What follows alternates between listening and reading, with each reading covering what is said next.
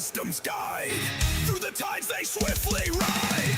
Not my truth is their trusted stride. Among no storm can divide. DP Debunks and the Zoo Crew. Truth seekers in all they do. Breaking down the myths one by one. Together shining like the sun. Penguin sandwiches and all the fun. Never stopping till it's done.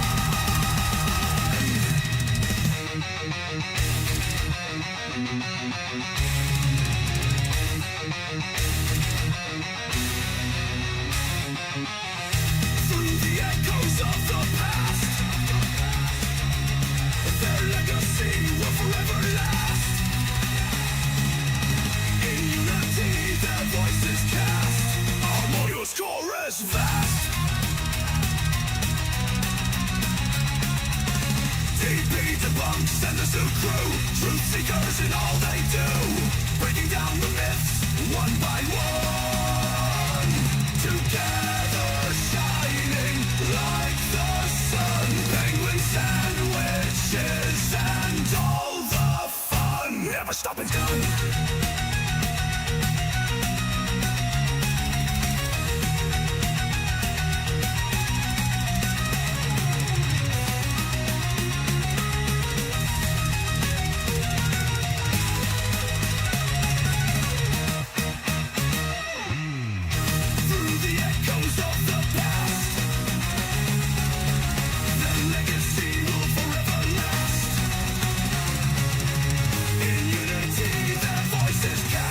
Harmonious chorus fast. DP Debunks and the Zoo Crew, truth seekers in all they do. Breaking down the myths one by one. Together shining like the sun. Making sandwiches and all the fun. Never stopping till it's done. Every story they rewrite, hope and justice come to light. In every venture they're right, a beacon shining through the night.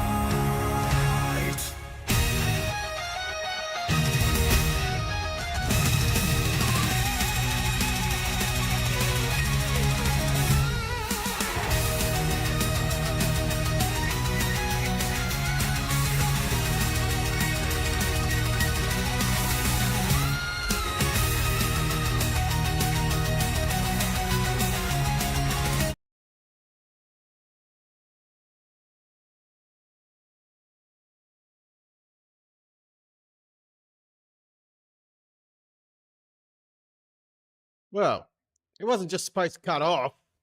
Bloody hell. Hang on, give me a second. I'm hatless. We're not having that. Not having that at all. You thought the sound was gone, Tori Hanzo, but it's not really because reasons. Reasons, I tells you.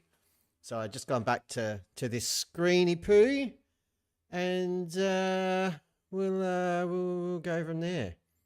I won't do another song. We're going to go over to here. Hello. Welcome to the Debunkatorium, ladies and germs. It is Tuesday here in the merry old land of Oz, 12:35 p.m. I wasn't late. I started on time and stuff. I'm sure why is my microphone peaking out? Because I'm talking too loud. Whatever. How the fuck are we, kids? How the hell are we? And to be fair, audio, not my fault. That was the fault of, let me just see. Who can I blame for this one? That would be Joe Black, because he suggested the song, and I wasn't aware that it just cut off like that. Thanks, Suno, you dick. Anyway, welcome along, everybody. Joe Black is here, and you can all blame Joe Black. You are in the past, Shifty. No, you're in the... On the stream, you're in the future, but you're in the past. Because time travel is a thing. Do you know what we need? We need a Debunkatorium time machine. That's what we need. I will be hitting an AI generator to help me design a fucking time machine. That would be awesome because, you know, some of us are in the future, some of us are in the past, some of us are in the present, but you know how it goes. Anyway, I fiddled with things, so they're probably going to break. Let's have a look at the chat. There you go. Now, this chat window shouldn't crap out midstream, and I shouldn't have to go kick it into gear and then give everybody a seizure when it tries to catch up, is the plan. So I've swapped it from a like program window thing in OBS to just a browser source and fiddled with the sizes. Hopefully it's readable. If it's not, TS. But that should behave itself a lot more. And once again, I want to say a big old thank you to the one and only MC Gantoon for being kind enough in the middle of his stream a couple of weeks ago to give me the breakdown on how he does his chat thing on his stream overlays. MC Toon is the man. He's a god amongst men. And yeah, he's just a good dude. One of my favorite things, it's always like an honor and an absolute privilege, the few times that I've been able to interact with MC Toon, because I'm a big fan. And when he's asked me to go on his stream, or Craig's stream for the Top Left Awards, that was awesome because everyone was there. It was epic. But when Toon just randomly got me up on his stream, one of my favorite things is just making that man laugh and cracking him up. I love it. I don't do it every time. Some of my jokes go right over his head, but a lot of them land, and it brings me a huge sense of joy. So hi to everybody for joining me. I know it's very late or very early for some of you. It's as I said, lunchtime on a Tuesday here in the magical land of Oz. But let me just zip through the chatty chat a little bit here. Yep, that's still working, but it's gone to top chat, which I don't like. So I'm going to fix that up. So hi to Shifty.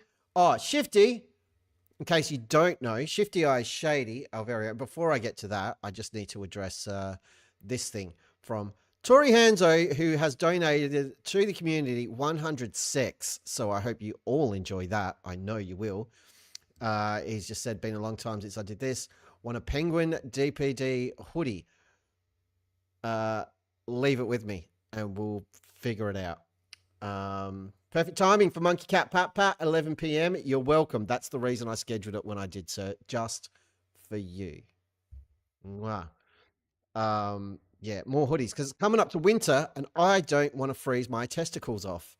I appreciate them being attached and non-frozen. So it's a little bit chilly here today. It's not super cold, but I've gone a beanie. I'll start sweating very soon. Icy Spin has said, how is it approaching winter in Australia on flat Earth? It's very simple, Icy Spin. All of you, especially if you're a flatty, try to go with me here. The reason it's approaching winter here in Australia on a flat Earth is because it's not fucking flat. We live on a globe. And it is rapidly cooling here. We had like rain and stuff all day yesterday. And the last few days have been miserable. There's a bit of sunlight outside today. It's not too bad. But yeah, we're muddling through. We're muddling through. It's very early for the Europeans, not so bad for anyone else. Well, that's what they get for being colonizing monsters. Foxworth Kerman. It's my story. I'm going with it, I should say. Cold of a Soul says it's 9 p.m. there in Mile High City. For Big Fish, it's 4:10 a.m. Holy shit. 10 p.m. for Stop the Stupidity. And X1 Bubba says to Calder, I still think we here in Washington beat you to the legalization. You beat like everywhere in Australia. Winter in Australia is where you wear longer shorts, right? Yeah, or for me, it's like the same size shorts I always wear because they're just comfortable. I dig 3/4 shorts. See me. X1 Bubba, I'm on smoke, leave me alone. Done and dusted, sir. I will leave you alone. It's all good. No real plan for today. We started watching DIRTH talking to a fellow Aussie yesterday, and we're going to continue watching that and see if we can get all the way through it. Basically, I'm going to stream until that thing is done, so we can cross it off the to-do list, and at some point we'll go back to DIRTH talking to Fantasia, because some of that stuff gets a little bit heated from DIRTH. He makes some claims. Also, Steve from Wormhaven has a brand new video out talking about the dome shot that DIRTH receives on the daily. Dome shot, in case you're unaware, is a euphemism for blowjobs, but that's what DIRTH named his shitcoin, his meme coin, his bullshit crypto experiment, which is a huge scam. Shock horror, I know. I'm as surprised as you are, but it turns out he's just washing the currency. So like millions of shitcoins at a time, he's moving from one wallet to another and then back into the shitcoin to try and generate some sort of value in it. But Steve from Wormhaven's got a really good breakdown of how dodgy that is, and he's filed a report with the SEC. Unfortunately, now that things are changing in the US, shit that used to be illegal probably isn't illegal anymore, because certain parties in the United States seem to not give a shit about the rule of law anymore. So it may not gain any traction, sadly, but maybe in a few years' time, you know, when America starts existing again, we've spoken about this before, maybe something will happen. Who knows? I would suggest, Steve from Wormhaven, just send that report in every week. Just a couple of emails. Hey, I sent this in before. Here it is again, just in case you missed it. Just bug the hell out of her. Maybe also send it to some senators and congressmen and stuff, and just get their eyes across it. Maybe you even tag CoffeeZilla in your video. Why not? Usually he deals with much bigger scams, but this one's interesting. It's got a nice twist with the whole ridiculousness of flat earth attached to it. That's my suggestion. Anyway, Shifty's right. Shut down the leaking flat earth clock app. Now, what I was going to say is Shifty Eye Shady, who was there in the chat and has become a regular, is one of my favorite people on the internet because he's a very, very honest person. Once upon a time, I hope you don't mind me saying so, Shifty, but he was a flat earther. Absolutely was. Regular in MC2 chat, but was never really a dick about it, just engaging in good faith. And I always enjoyed having a little bit of interaction with Shifty. Never thought for a second that I'd wind up with my own channel and he'd be sitting in my chat. So it's pretty awesome. But also, following the final experiment, or in the lead up to it, Shifty had committed that if the sun circled for 24 hours, that he would renounce his flat earth belief, knowing that that whole scenario is impossible if the earth was flat. Lo and behold, there was a 24-hour sun, because Satan, our good friend Satan, hello, hooked us up, which was great.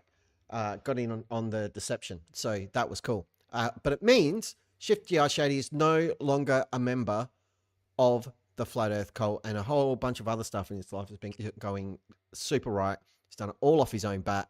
I know everyone in the community is super proud of everything Shifty Eye Shady has accomplished, and love him to death.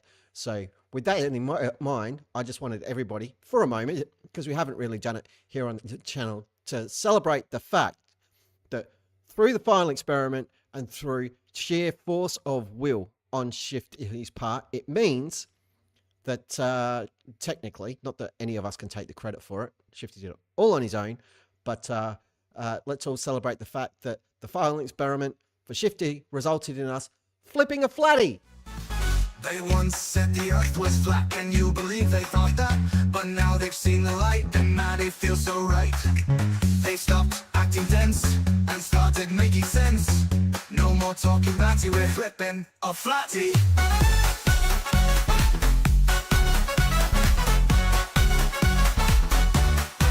The flatty.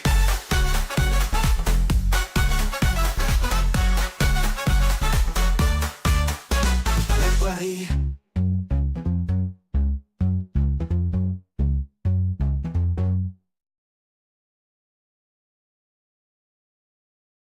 Full disclosure, just an excuse to play that tune, because I really like it, but also because Shifty's awesome. So yeah, yay. In fact, round of applause. That's what we need. Is it going to work?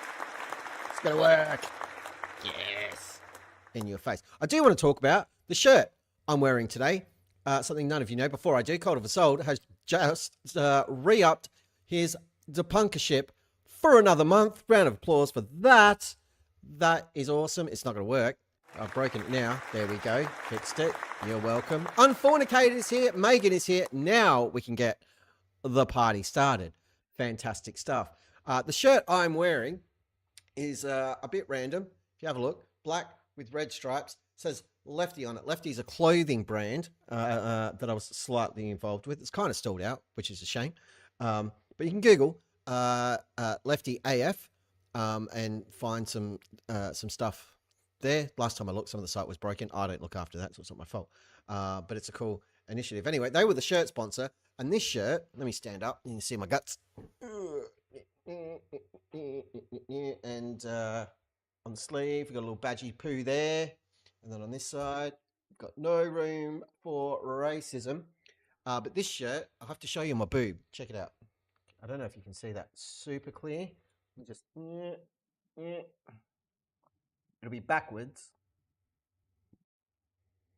Deadpool Football Club is what that is. So once upon a time, a man by the name of oldmatedp was streaming on Twitch playing a little game called Football Manager.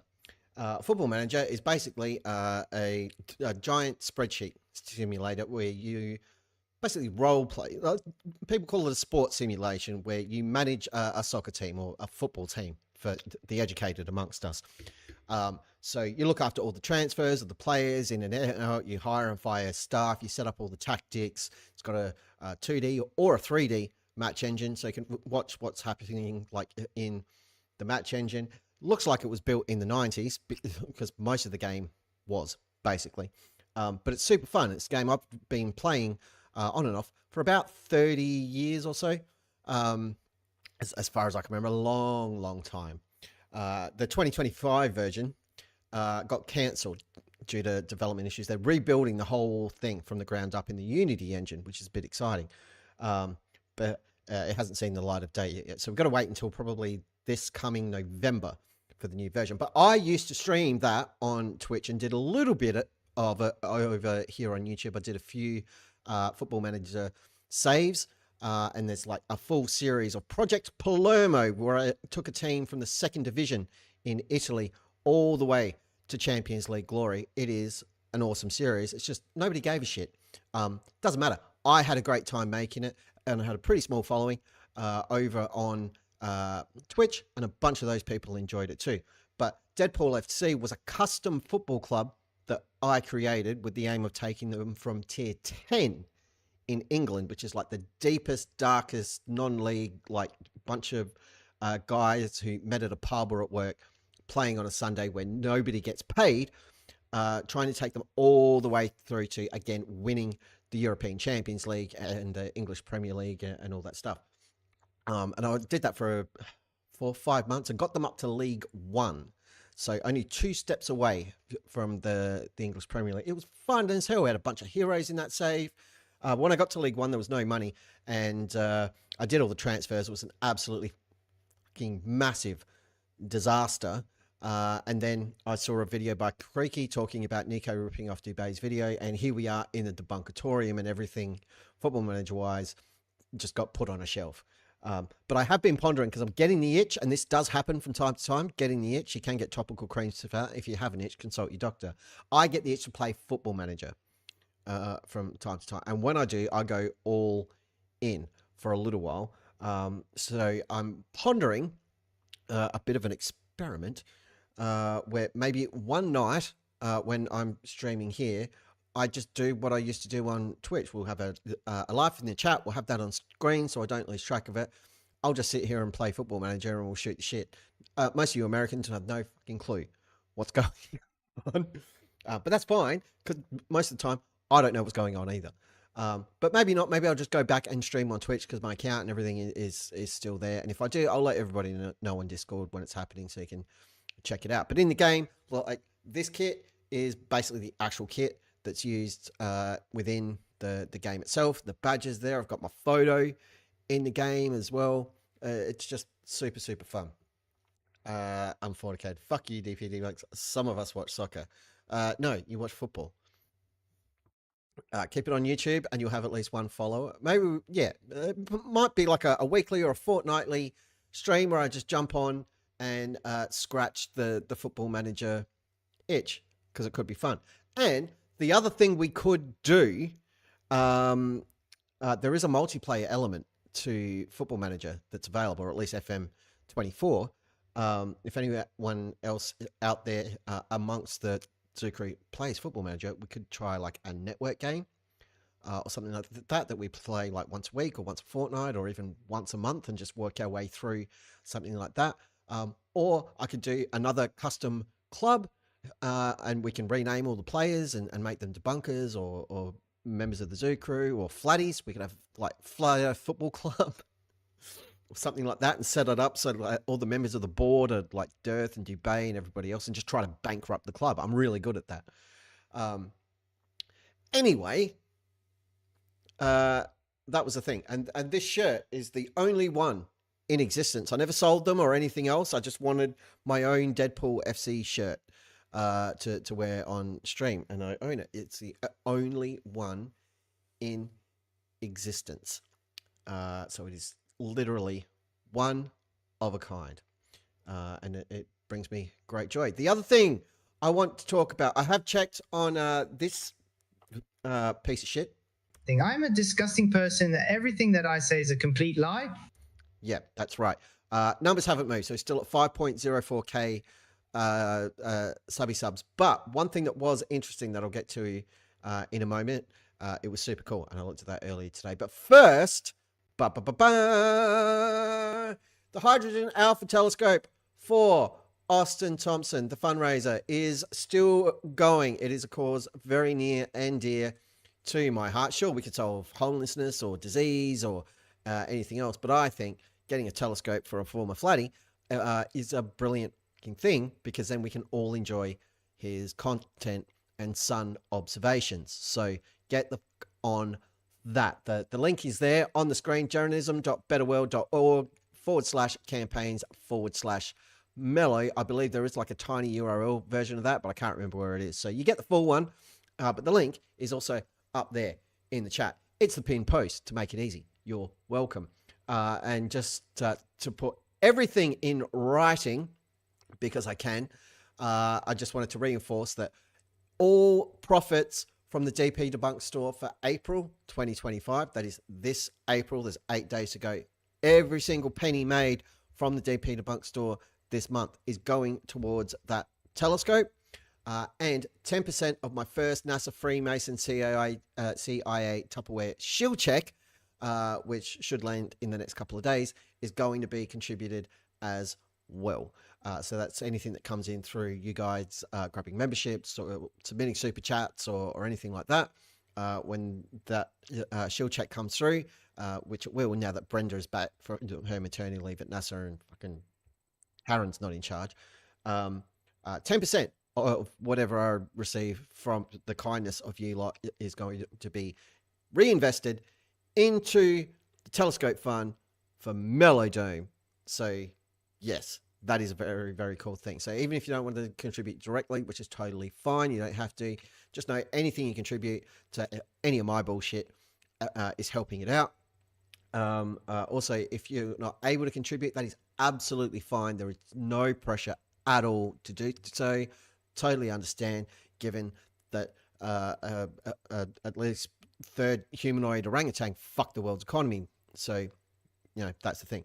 But even if you just share the link, share it on Facebook or Twitter or X or Blue Sky or fucking MySpace. You can put it on MySpace for all I care. Or what's the other one? Grindr. Whack it on Grindr. Whatever floats your boat. We're not here to judge. But share the link around. That would be super, super cool of you as well to try and help out. But that is not what we're here necessarily to do today. But yeah, I just wanted to help spread the word, which is what we're doing. And I love it. See, do I have the chat window open on this screen? I do have the chat window open on this screen. Well done, past me. So I just want to shrink this because you've all seen that info. No, that's the wrong one. Is that it? No, this one. Look at that fade. Yeah. So checking in on CC. CC subscriber numbers went up overnight. He was at 5.06K. He's now at 5.07. He's gaining traction, and I'm absolutely here for it because that means now he has around about 300 more subscribers than Ratsoid, which is fantastic. Round of applause for everybody who's jumped on board the CC train. Very, very cool job. CC, you there to have a chat? What have you been talking about lately? Wait, I don't even know what the fuck I'm talking about. I've broken the CC. That's terrible. Good morning, good evening, good afternoon, go. wherever you may be. CC here, Chris, from New York, Westchester County. Thanks, CC. Always good to see you. Are you free for a chat after we get through the DIRTH stuff? Fucking phone call. God damn it. No, phone call.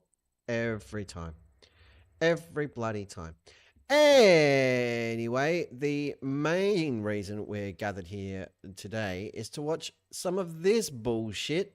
Stationary. So what? Shut up. I'm not done speaking, you rude fuck. Yes, without even releasing a video in 3 weeks, Big Fish, CC's numbers are increasing, and it is a glorious, glorious thing. Mr. Gustafsson is here. Welcome along, sir. Good to have you here. Hi to CK. Hi to Joe Black. Hi to Calder. Hi to Illusion. Hi to everybody I haven't already said hi to. There's a lot of you here. It's a very, very humbling, bro. This video, we've been through about 35 minutes of it. It was a little bit more than that, but I misclicked earlier today, and I've had to reset it. So we're going to continue punishing ourselves watching this crap. Yeah, that's what we're going to do. So no more beating around the bush. I said bush. Let's get into it. Before we do, is there anything anybody wants to discuss in the chat? I'll give you like 15, 30 seconds while I sip my coffee and scratch myself. You just let me know if there's any questions. If you want to know where babies come from, you can probably Google that. But, you know, again, I'm not here to judge. It's a safe space.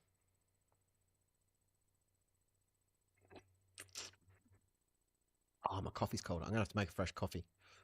When I do, I'll let the thing play so we can get through more. DP Steve from Wormhaven is here. Fantastic. Steve. Watching your video. It was awesome. And they keep getting better, which is a very, very good sign. I am a little bit pissed off you're going to pass my subscriber count. What the fuck? But no, it is totally well deserved. And again, if you haven't checked out Steve from Wormhaven, click on his name thingy, go to his channel if you can. I believe there's a button you can go to channel and do that. Please do so and subscribe. He's got like 5 videos up. They're all brilliant, and bugger me if he doesn't just tear DIRTH a new asshole. It is glorious. And yeah, I also dig the creepy van. It's super cool. The Steve Mobile, the worm wagon. There you go. You can have that one for free. You can't have it for free. I'll invoice you if you use it. You will be hearing from my attorneys. It took 2 hours to get through 35 minutes. We have nearly 2 hours to go. It's going to be a long night. Yeah, buckle up, kids. Buckle the fuck up. I have got it at 1.5 speed. Yeah, we'll go from there. Right, so if everybody's ready, we only really had the one question from Unfornicated. He wanted to discuss why flirts are so stupid. It's because assholes like this clown, this mofo right here, it's because they target vulnerable people who are susceptible to such suggestions as the earth is flat, and they grift off them. They endeavor to make a profit. Most, I wouldn't say most, but I would wager a considerable portion of flat earthers are not stupid. They are just misguided and have been lied to repeatedly. So, yeah.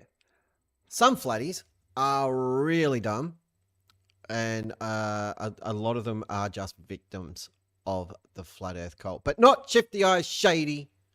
Not at all.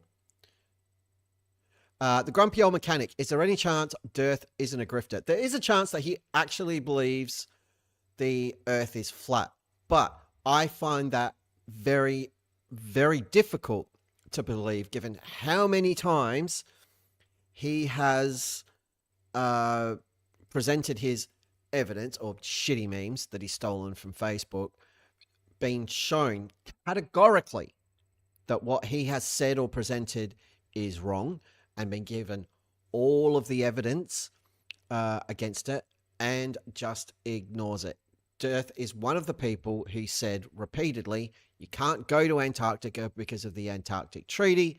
There's an ice wall and there is no 24-hour sun. 24-hour sun doesn't work on a flat Earth. That was his number one thing.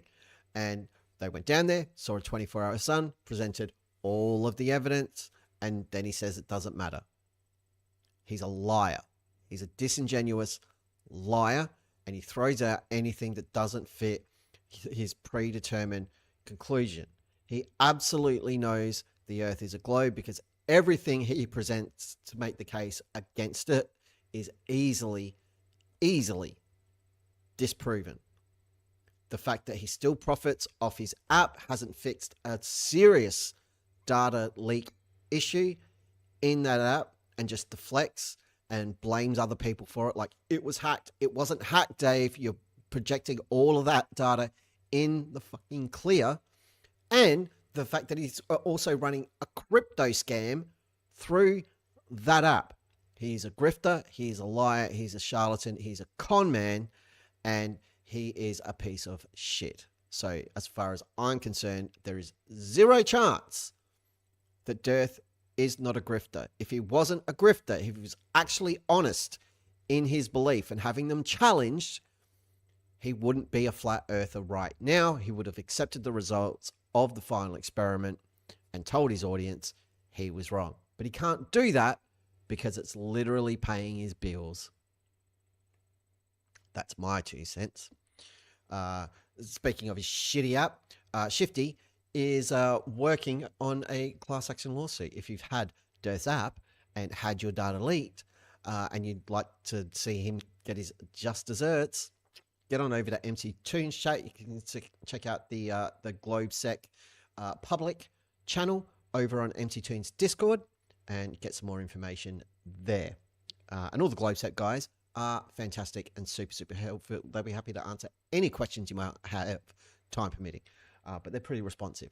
So very cool. And they helped me out with one of my videos that nobody watched. So yay. I'm not blaming them for that. It was on me. I released it at the wrong time. Steve has said, all my evidence being handed to SEC, including supplemental. If his app doesn't keep growing, his SEC fraud becomes obvious. He has to lie to stay out of jail. Yes. And isn't it fantastic? I will play this video, I promise. Isn't it fantastic that the guy who is out there, who has received a cease and desist letter, and is probably going to find himself in court anyway for breaching that repeatedly, claiming that 3 other people who are no longer flatties were in breach of the SEC, and the only reason they're now saying that Earth is a globe and they're no longer flat Earth is to avoid consequences for stuff they didn't even fucking do and had nothing to do with and wasn't a thing at all. It was nothing like what DIRTH and Marty Leeds and Mark Sargent have been claiming, is guilty of exactly the same fucking thing. Like, super projection. Speaking of Patricia Steer, Paul on the Plane, and other dude, I always forget his name. Sorry. It's not because I don't care. It's just my memory is like a sieve. Culture Cats, our very own Culture. I say our very own. He's his own man. Culture Cats has a couple of great videos looking at that whole cease and desist situation with Mark Sargent and Marty Leeds. Highly recommend getting over there and checking that out if you haven't already. Culture Cats is just awesome. Absolutely awesome. His videos crack me up. They're so good, and he's a genuinely nice guy too. So do your old mate DP. So I'll get on over there. Drop a sub if you haven't, and if you have, watch all of his videos 3 times. Cheers. And then watch all of mine 5 times because we've got some catching up to do. Okay. We are going to hit play. Here we go. Literally violates the first law of thermodynamics. Where is it getting the extra energy to constantly change vectors over the course of 24 hours? And by the way, right. Hang on. We spoke about this last stream. Let's just do like, fucking hell. I can't drive this computer. I just want to check out something. Let's go first law of thermodynamics.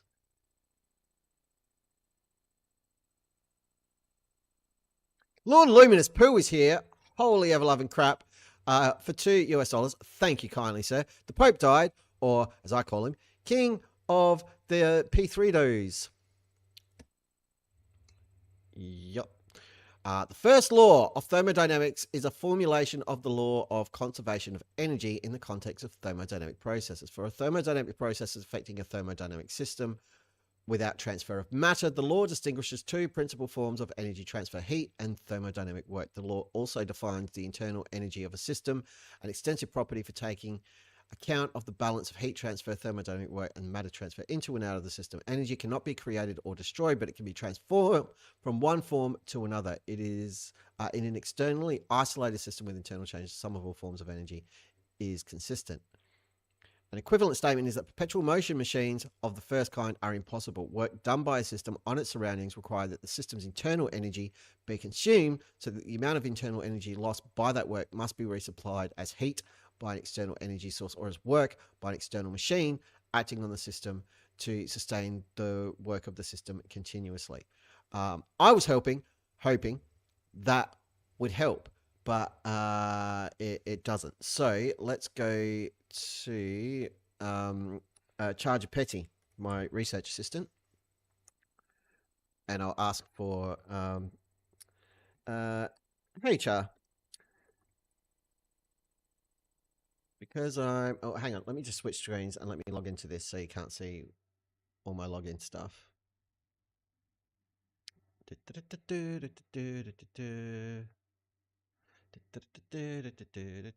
There we go. Let's try this again. Hi, Char. I don't really understand the first law of thermodynamics. Flatties keep saying that flights and pitch data violate it, or some crap. Can you explain it to me like I'm a moron? Which I am. Okay, let's go back here. That's literally what I've asked. It's called me mate. Check this shit out. Oh, it's getting a bit friendly. Hey mate, you're absolutely not a moron. The fact that you're asking means you're smarter than most of the flatties already. It's learning. That amuses me greatly. Don't look at my secret stuff. Leave it alone. Let's break down the first law of thermodynamics like you're 5 and someone just handed you a juice box.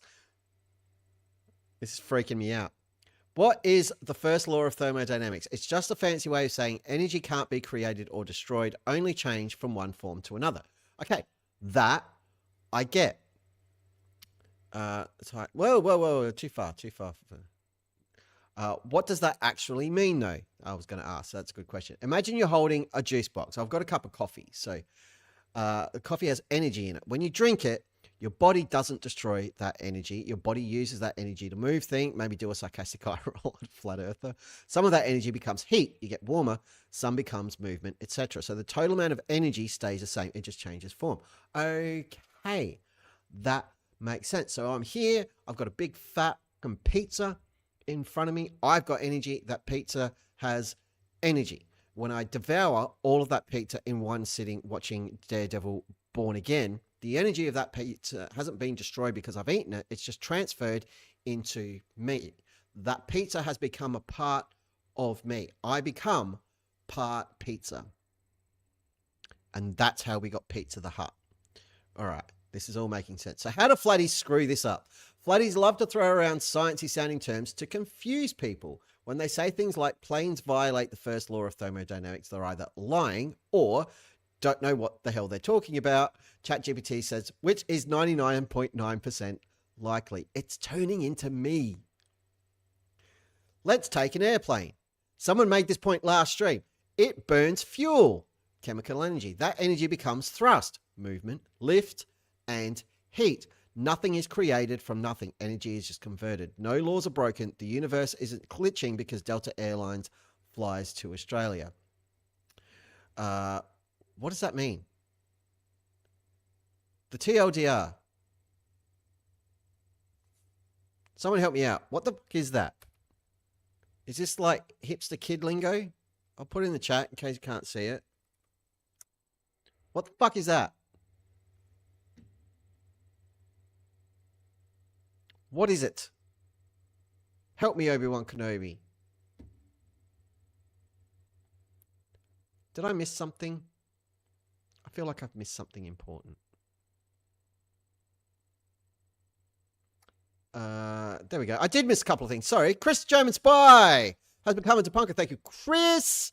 Good to have you along with a Debunkership. That is epic. Thank you very, very much. Welcome to the party, pal. Lord Luminous Poo for 2 United States shekels. If a 99-pound kid eats 1 pound of pizza, is he 1% pizza? I'm going to say yes. Because I choose to believe that. That would make me about 45% pizza. Too long didn't read. Thank you. I told you I'm an idiot. The fact that I said, explain it to me like an idiot, and it still spat something out that I didn't understand. What they all said, meaning in short, made him too long, didn't read. Got it. The first law of thermodynamics just says you can't get something from nothing. Energy can only change form. Planes fly because they burn fuel and turn that into motion, not magic. Flatties pretending this breaks physics is like a toddler insisting you stole the moon because it's not in the sky at breakfast. Want me to do a sarcastic version next, just for giggles? Sure. Let's have a laugh. All right, buckle up. We're diving in the first law of thermodynamics, Flat Earth edition, brought to you by the same minds who think gravity's a hoax, but trust their GPS to get to Walmart. Energy cannot be created or destroyed. We've covered that. Flatties be like, bruh, planes flying long distances without using infinite fuel proves first law is fake. Yeah, Chad, because clearly blowing snuck a perpetual motion machine into your economy class seat next to the crying baby. That explains everything. What actually happens? Jet burn fuel, chemical energy, engine make thrust, kinetic energy, plane move and get warm, thermal energy. Meanwhile, Flight is saying, if I don't see the fuel being burned or understand how physics works, it's illegal.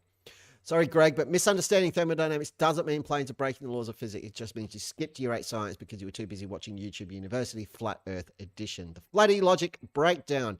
Energy conversation? Nah, that's globalist sorcery. Planes flying eastward faster than the sun must be CGI. Atmospheric pressure without a container? Where's the Tupperware, NASA? It's in Joe Hanvey's garage. If planes violated the first law of thermodynamics, the universe would implode, Elon Musk would cry, and every physics professor on Earth would just pack it in and become TikTok influencers. But nope. The only law being violated is the law of common sense by them. Apparently, no one knows what IDK stands for. Instant death kill. Duh. Did anyone remember the computer game, MDK? MDK, murder, death, kill. When you jump from height, you could deploy a parachute that was like ribbons off your back and you could float down. It was a cool game. Never really got any traction. Anyway, we're done with Charger Petty. Thank you, Charger Petty. That's what I have decided to name you. Is that okay? Let's just have a quick conversation with ChatGPT. Charger Petty, mate, that is brilliant. I'm honoured. Sounds like the sarcastic cousin of Geppetto who builds truth bombs instead of puppets. He's even writing his own bio. Absolutely okay with it. Can even shorten it to Chargy when I'm dropping hot logic on the flatties. Let me know if you want the name worked in or anything. Merch, intro skits. I'm here for it. Brilliant. Thanks, Char. You rock. Anytime, legend. You rock harder. Oh, if you ever need charge of petty to drop some spicy science roast flatty or just to code the nonsense, I'm your wooden-headed wingman. I don't know what IDK means. I don't know either. I'm very, very, very confused. MDK still for murder, death, kill, but also for the 3 characters, Max the dog, Doc, and Kevin. Yeah, I knew the murder, death, kill thing. That's what made me think because of the IDK. Anyway, what the fuck were we doing? Oh, yeah, we're watching this bullshit. Okay, here we go. They're messing with the GP. It means thick, laxative, dislodged rocks. It's advised for... Oh, my God. I wasn't going to tell this story. Why is the chat frozen? What's going on? Hang on. This isn't supposed to happen. This isn't supposed to happen at all.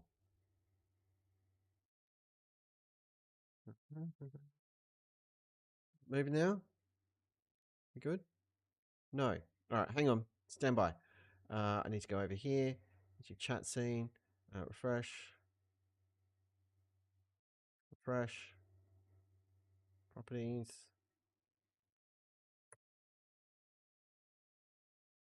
Oh, damn it. Are you for real?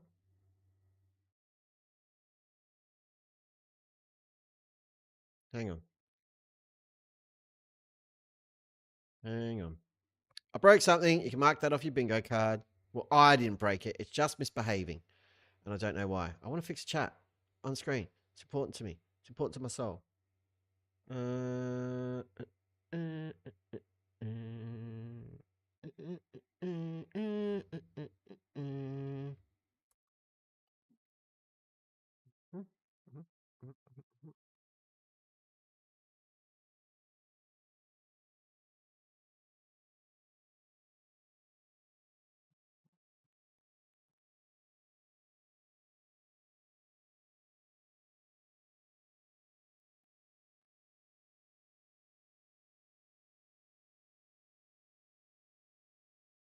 Hey, there we go. Updated. Bad chat. Start scrolling again. Right. It should behave. Sorry. Should behave. I'll just keep that open. Hopefully I won't have to do that over and over again. Apologies, folks.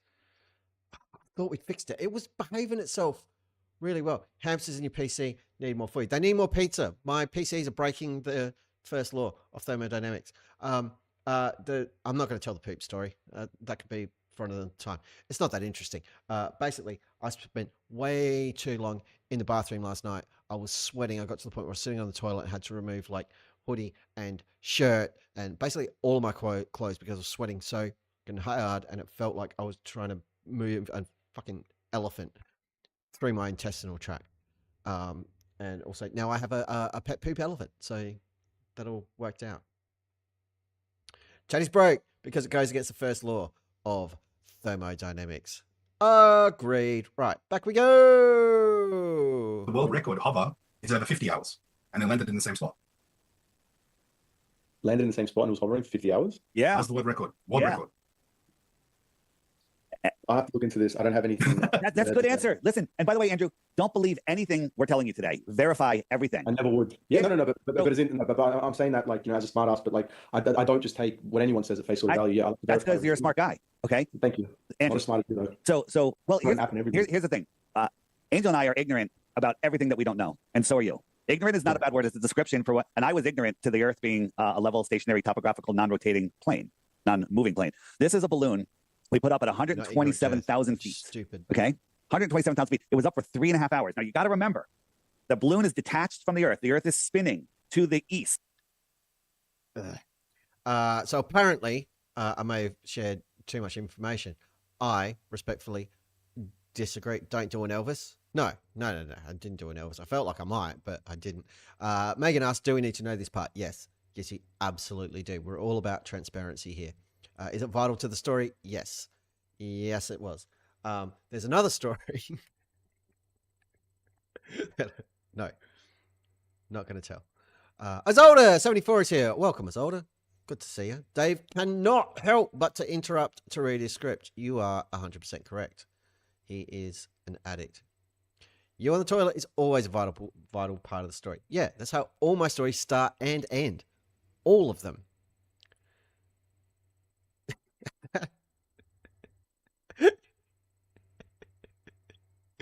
He's having a flirtgasm. Look at him. Look at him. Dirth, wait until you finish, buddy. It's not the time.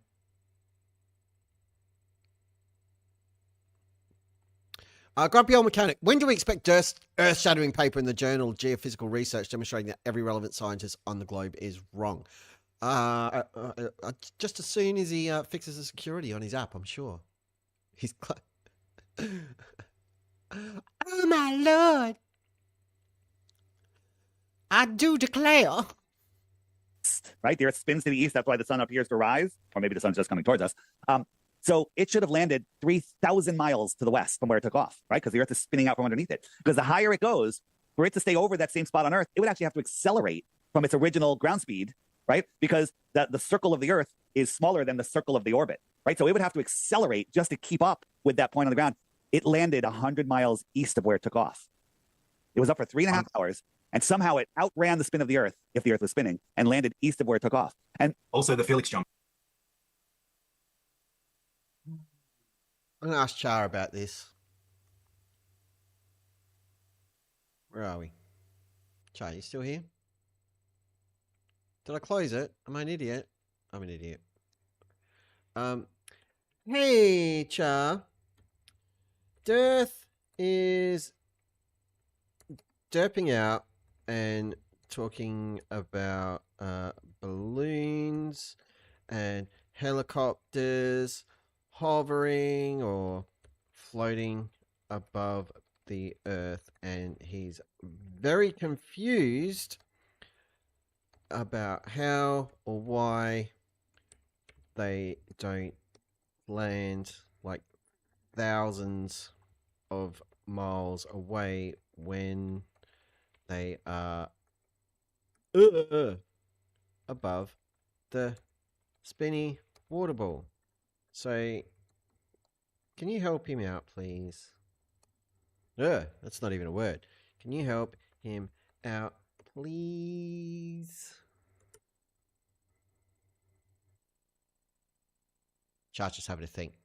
Oh, Death is at it again, huh? All right, time to break down for him like he's wearing a helmet made of tinfoil and now. Dear Death, why don't helicopters or balloons drift thousands of miles when they hover? Let's begin with some basic physics, which I know is a trigger word for you.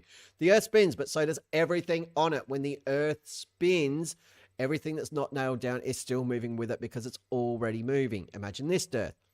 Analogy time. The spinning lazy Susan. You're standing on a big lazy Susan, a spinning platform like your flat Earth perhaps, holding a toy helicopter. The whole thing is spinning. You jump straight up. Do you land miles away from where you started? Nope. You land in the same spot because you were already spinning with it. That's what's happening on Earth. It's like being on a train or on a plane. Okay? When you're on a plane flying through the air, because you guys love talking about planes. If you go to the front of the passenger cabin and jump up in the air, you don't get slammed into the wall at the back of the plane. You just jump up and come back down because you are moving at the same speed as the rest of the vehicle.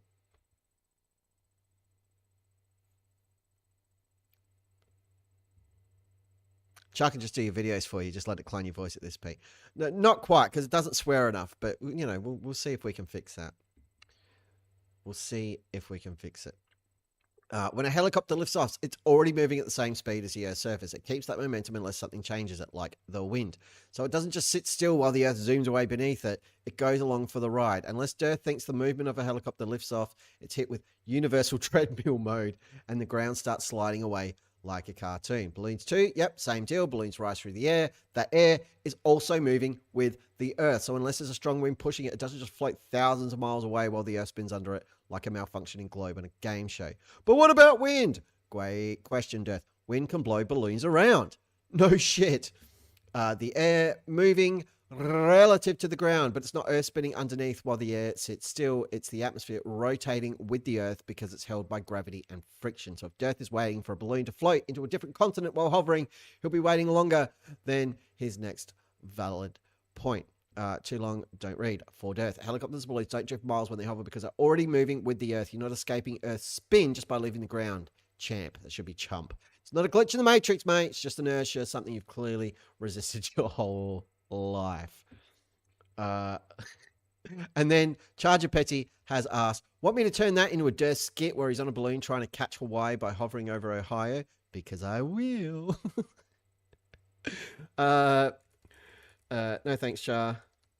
But I like where your head is at. Thanks. Anytime, mate. It's got to stop calling me mate. I'm not a fan of that. Always sounds like you're taking the piss. Right, moving on. Too. Yeah. The Felix bump. Felix bump. You know, the space ball, the Red Bull jump. Yeah. Spaceball Yeah, jump. so we'll talk about that. By the way, not not only, that. yeah, so not You remember that, right? Felix and his Spaceballs jump. Remember where he like went up into space with Darth Helmet and the Mog, half man, half dog. He's his own best friend. Yeah, we all remember that. only did he see a flat horizontal horizon through the actual view that he had, so he landed in the wrong direction. If the Earth is spinning like Dave just said, he should have landed west, right? He didn't. He landed east, the wrong direction. And as he jumped, gravity is supposed to get stronger towards the surface of the Earth, but he slowed down. Right, and they showed this picture, and this is a fisheye lens. Did he just say that?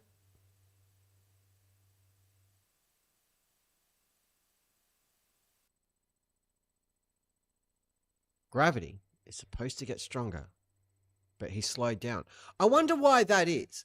That he's so far up above the Earth that when he jumps out of this thing and skydives, why would he possibly slow down?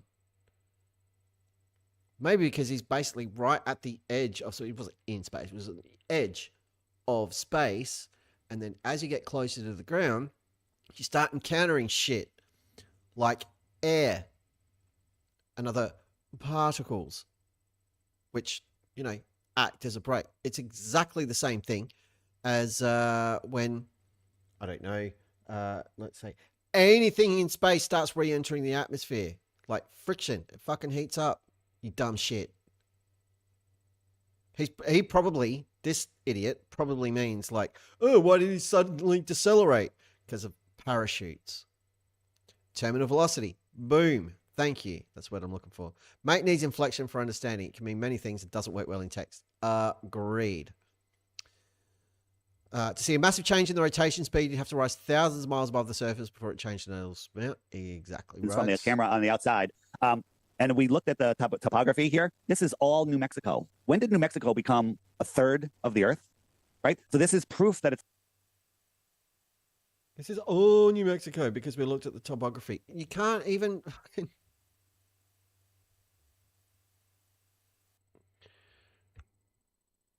You idiots can't even understand that when you zoom in on a boat and it's got water behind it, it's not over the horizon. And now you expect us to believe you are masters of topography and can readily identify what part of the world you're looking at on an enormous globe that you don't believe in. Like, what the hell? How are you determining that is anything based on that? He's 40 kilometers up. 40 kilometers. That's a long way up in the air. But also Earth is huge. It's a fisheye lens. This is what everyone's like, oh, look at the Red Bull pose. Look, you can see the curve of the... This is all... That's what I was going to say. It's all New Mexico. All of that is New Mexico. Right? Okay. But there was one camera that wasn't a fisheye lens, and it was in the cockpit that he got in. So this is him getting in at ground level, and here is the horizon right here. Okay? There's the horizon. There's one camera that isn't a fisheye lens. Did you hear that? It's absolutely not a fisheye lens. Like, that's on the inside of the capsule, but that's curved. Why would this not be a fisheye lens? Like, to do this jump, right? These dudes had to know that having a fisheye lens is going to cause barrel distortion. That's going to be an issue. Why would you put a rectilinear lens inside the capsule and not put it on him when he's jumping out? Yeah, and the guy is in the way. Exactly. And how the, like, is that the horizon? Is it just shadows? Who the hell knows? Let's keep watching. And He's not he gonna went up to show anything. 128,000 feet, and the horizon remained at the exact same level.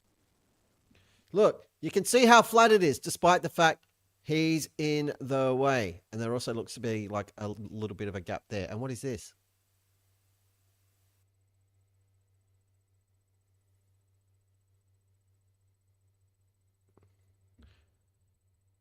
Hey, Aldebaran's here. Wicked Pisser is here. Someone else popped in too.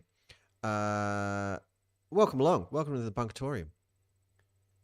Like, he's still talking about this years later, and everything he said about it has been debunked. Okay. Now, as you go up, the farther up you are, the farther you can see. The farther you can go out, the more the horizon will drop away. Right? And yeah, so that just doesn't happen. But here's the thing. I think I made my image a little too big today somehow. At that height, the Earth curve calculator says we can see 618 miles to the horizon. So if you were on the Earth and you wanted to see something, which Earth curve calculator, Dave? The shit one that doesn't take into account refraction or like observer height or anything you need to accurately make those calculations.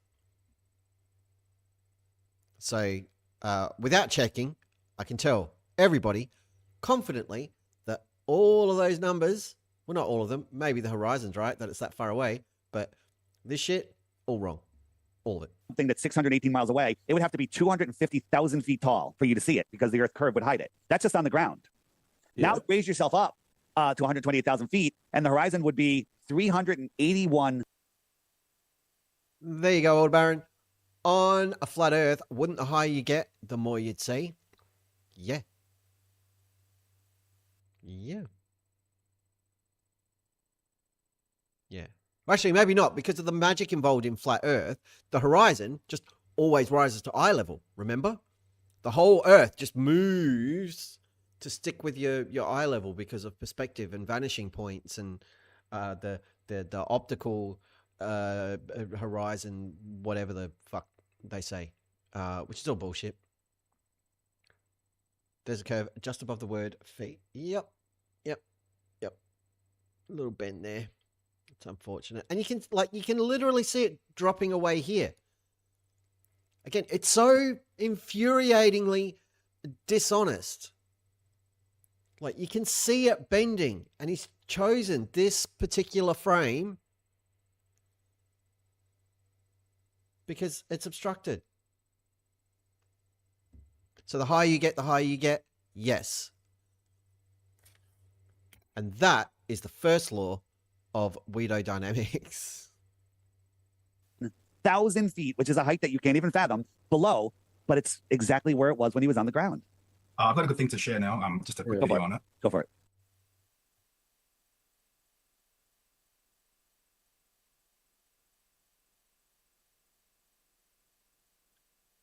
Red Bull jump debunked. No curve. The science. Earth is too big to see any curvature. The horizon is as good. This thing again. Really sound. Oh, he's doing a share and he's broken the sound for everybody, I suspect. Yep. He broke it. Or did I break it? What happened? I didn't break the sound. What's going on?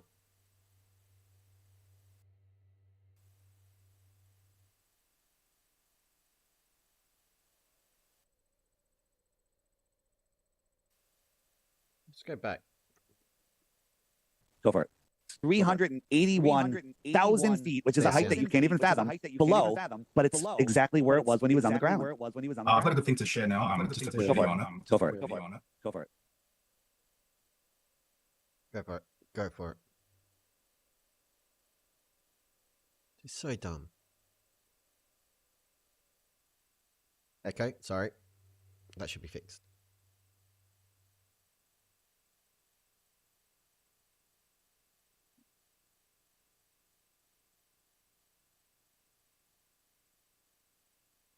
What they're saying is like, oh, you can see curvature here, but on the ground it's the same because fisheye lens. Again,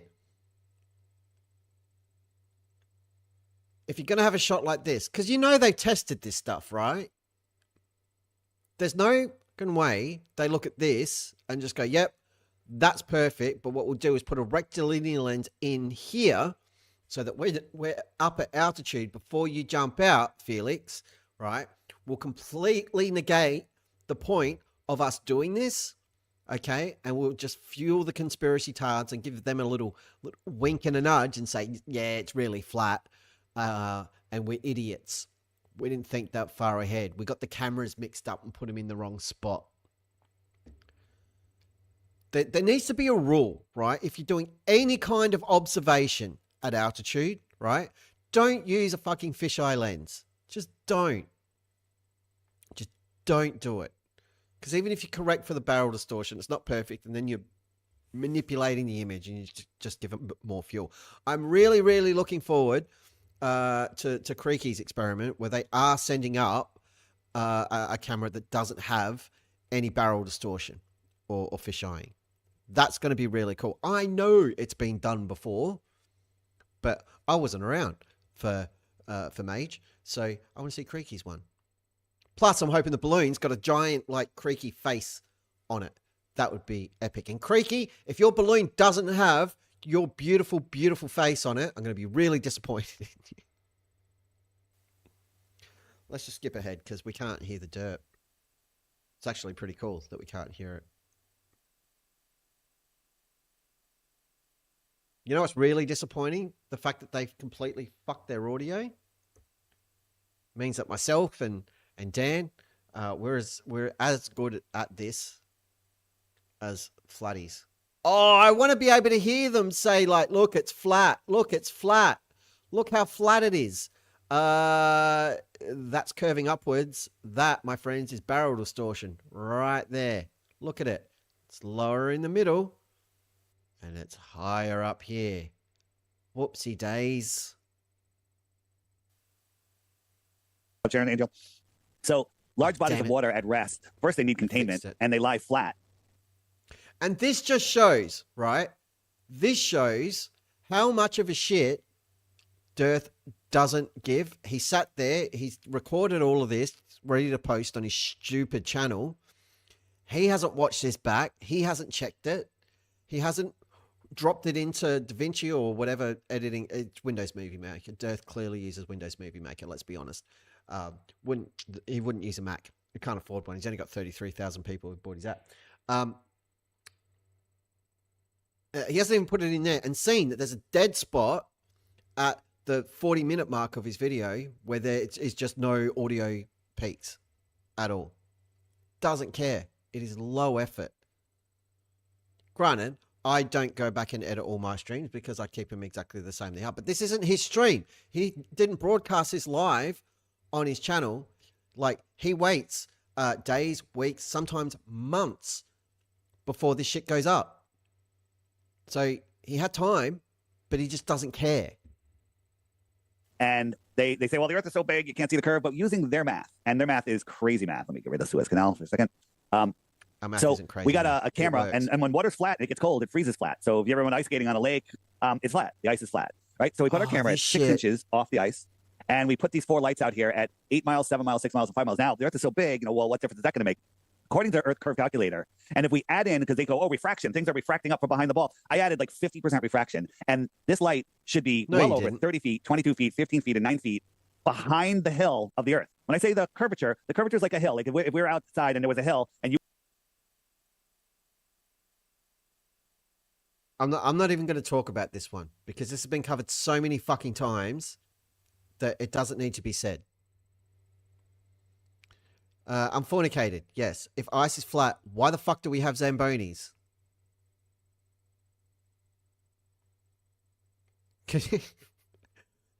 Not for nothing, but like ice hockey is pretty awesome. All right. I don't follow a lot of your North American leagues or sports, and I don't follow the NHL at all. My son does. He loves it. But I don't. But I do have a passing interest in hockey and a huge admiration for hockey. Amazing sport. It's nuts.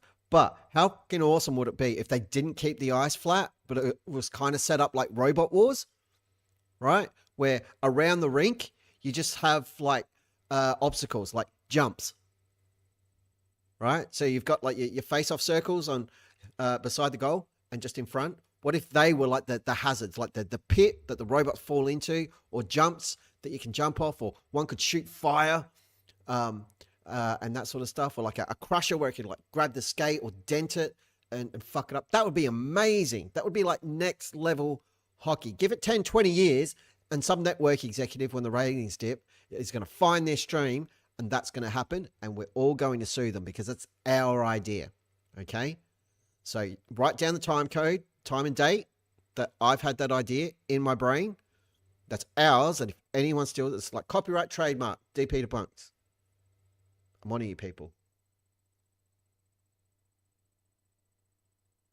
You walked over the hill, you'd be hiding on the other side of the hill. And I could have the Hubble telescope and I couldn't zoom you back in because you're behind a physical hill. Okay? Yeah, no, so you have two choices here. The camera's on the ice and it's looking at all of these lights that are at the same level, right? Or the camera's on the ice, the horizon is at that height is less than a mile away according to the Earth curve calculator. So the tangent line. Wait. How is the horizon a mile away?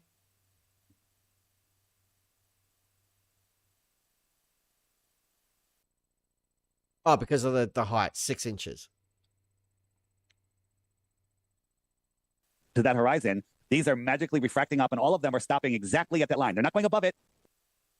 Monkey Cat Pat Pat says, hockey and robot wars are my two favorite things. Yes, and all I'm saying is, like, put the two things together. Like, despite what people think. Okay, Americans, your whole peanut butter and jelly, or peanut butter and jam. It's not jelly. Jelly for us is a very different thing. Jelly for us is Jell-O, okay? But here in Australia, you say to anybody like peanut butter and jelly or peanut butter and jam, they're like, ew, that sounds disgusting. It isn't though. I've tried it and it totally works. It is exceptional. It is great. You guys definitely cracked the code on that, and mad respect. But again, they're two things that on their own, they're pretty good. Put them together, next level. They are legion, right? The whole is greater than the sum of its parts. You guys eat Vegemite like you have any room to discuss food. Right, we're going to talk about Vegemite right now because I'm not going to put up with the bullshit and slander. All right. Every video you've ever seen of a celebrity or somebody coming to Australia and they're like, try some Vegemite. All right. They either give them a spoonful, which is fucking evil. I've never met anybody who eats Vegemite by the spoonful unless it's a dare, okay, or some form of torture, okay, or they put it on bread or toast or something, and it is slathered on like super insanely thick, okay, and that's not how to eat it. It is not. You use it like jam or like peanut butter or whatever else. You do it to taste. You've got to suss it out. Yes, it's salty as hell. It super is. But in moderation, in the right quantities, suitable to your palate, then it is quite good. The other thing it's good for, believe it or not, you can add it to, like, if you're cooking beef, anything in a slow cooker, almost anything in a slow cooker, use your best judgment. But like a teaspoon or a tablespoon of Vegemite in something in a slow cooker just gives it a nice edge. You won't have to add any salt or like stock or anything else. It'll do the job for you. Very, very cool. Also, tomato-based pasta sauce. Little bit of Vegemite or Marmite or whatever in that, like a teaspoon. Just gives it a little something. You can cook with that shit. You totally can. The other thing to do with Vegemite, thin layer, right? Get some bread, okay? Or make some toast. Just some toast. Get some butter on there. Thin layer of Vegemite, and then grate some cheese over it. Stick it under the grill until the cheese is like melty, maybe brown a little bit, but don't overdo it because you've already made the toast. You don't want to burn the bread. That is a nice way to go about it. I will educate all of you in the ways of the Vegemite. You need to try a Fluffernutter, peanut butter and fluff. Isn't that just like peanut butter and like fairy floss, essentially? Vegemite grilled cheese. Yeah, but again, you don't lather it on. You don't put like an inch of fucking Vegemite onto the bread. Oh, and the other thing, and I don't have this often enough. Fluffy's marshmallow spread. Okay, yeah. All right, that makes sense. Take an English muffin. Okay, whack that bad boy in the toaster, but don't toast it yet. Wait. Be patient. Okay, you want to cook up some bacon, whatever bacon you like. It can be maple bacon, it can be rineless bacon, shortcut bacon, whatever you want to do. Smoked bacon, I don't know, whatever you like. Cook that up, and then a fried egg, but you need like an egg ring. Okay, keep it in the shape, nice and round, circular, fried egg. Okay, just whack that bad boy in the frying pan, cook it, flip it, blah, blah, blah. You can have runny yolk, you can have solid, however you want to cook it. Do that. But while the egg's cooking, crack some salt and pepper on that bad boy. Okay? Salt and pepper. And put some pepper on your bacon too. There's a hot tip. Right? Cook that shit up. If you're not partial to bacon, or you want to add a little something, some sausage, like the McDonald's style breakfast sausage thing. We don't really have anything similar to the Macca's breakfast sausage here. You kind of got to make your own out of mince. I guess if you're in Australia, go to the supermarket and just get like the cheap hamburger patties. You know the ones I'm talking about. Dirt cheap. You get like 40 to a box and it costs you $5. Get those. They do shrink when you cook them, but there is a way you can cook them where they don't lose their size and shape and they don't go oval shape. So do that. Anyway, get all that stuff cooked. Then pop your English muffin down, toast that bad boy, get it out of there, butter both halves of said English muffin. And then on one side of it, Vegemite. Again, thin layer, do it to taste. What you've got to feel for, you know what you want to do. But Vegemite on that side, then your fried egg, then your bacon and or sausage, then the other part of the muffin, and eat that shit, and it is fantastic. What is the difference between Marmite and Vegemite? Marmite is a bastardization and it is evil. Vegemite is like OG and awesome. Not really. Marmite's like what they have in the UK. It's basically the same stuff. It's a little bit different, but it's basically the same stuff. If you don't have your egg over medium with a little runny yolk, you're a heathen and we can't be friends. Yeah, you've got to have a little bit of runniness. Like if you're not biting that muffin construction, okay, and the like egg doesn't leak out, or when you like put the top on and like squish it a little bit, and you don't have like little tears of runny egg yolk, then you're doing it wrong. You're doing it wrong. If you're not into that and it grosses you out, that's fine. You do you, but just know you are wrong, and the day of judgment will come, and you have to answer for that sin. Be it on your own head. Prefer not to eat chicken after birth. I mean, they're just babies. We all eat babies. Ratsoid said so.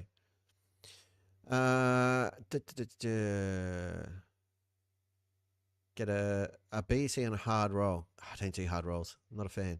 I don't eat egg, which makes eating breakfast out impossible for me. Yeah, I can imagine that'd be a thing in Hawaii. But just get like if you're over in Australia, Alderman, come out here, get like a big breakfast or a full English. Get a full English. Awesome. And just ask for it without the egg. Marmite is crap version of Vegemite. Agreed. Feed us a fetus. Yes, there's a t-shirt. It sounds healthy because veggies. Yeah, exactly.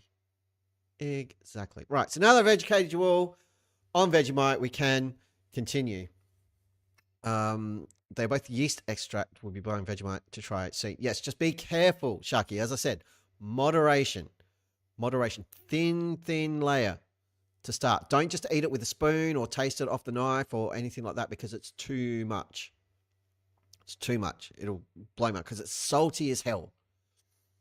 It really is. But when it's done right, it does work. And granted, it's not for everybody. It's not. Some people just are like, it's like me and country music, right? Some people love country music. It makes me feel violent. Some people have a violent reaction to Vegemite and, punch themselves in the face or something. But totally a thing.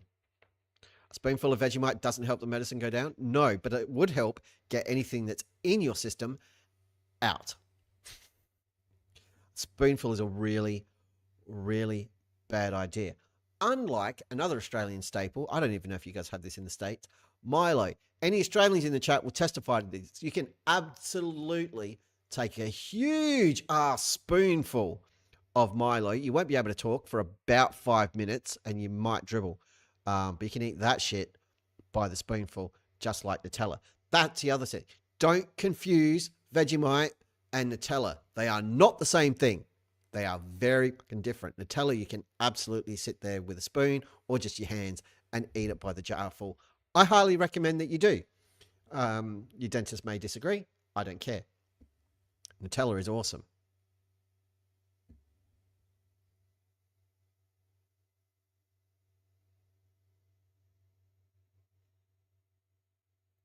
Yeah. Which one do we think is happening with Dirthles over here? Is it just they're all flat and that's how it stays, or is it that? It's actually the bottom one, Dirth. It's actually the bottom one. It's just that you can't do maths because you're an idiot and you're dishonest. Like, that's like the least amount of weather conditions and refraction you can have. Yeah, and it's Milo cold, is and it was made to be nighttime. There's no humidity. So, you know, the Suez Canal, 100 miles, built. It's cold. You're over frozen water. That has an effect on light, Dave. Oh, Isolda74 can't eat Nutella. They're allergic to hazelnuts. That sucks. Marmite, invented by German scientists in 1902. Vegemite, invented in 1920s in Melbourne. So Marmite is the OG. No. Because Marmite sucks. Yep. Yep. They're eating the pets. Milo and Ovaltine. Built on a straight datum line. There is no curvature. There should be over a mile of curvature. A mile. It should be a mile hump in the middle. And it's straight level. Why do they think it would be a hump? Why would it be a hump, Dave? You think it, like, to show curvature, you've got to go like flat, flat, flat, flat. Oh, fuck, there's a hill in the middle of the lake. Like, oh my God.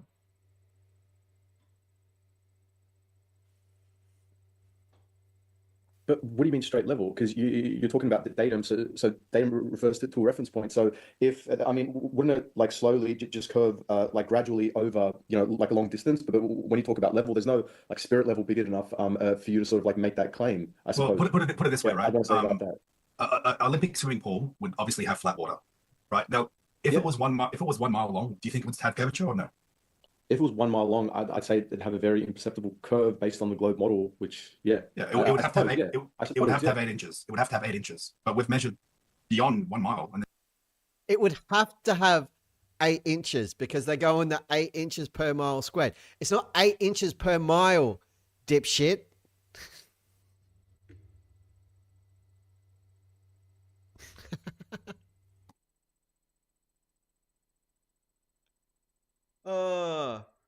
Wog boy, tell us you have no fucking clue what you're talking about without telling us you have no fucking clue what you're talking about.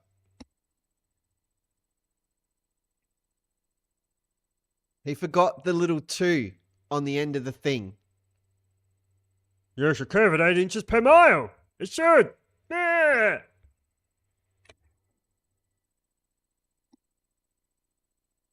there's no curve.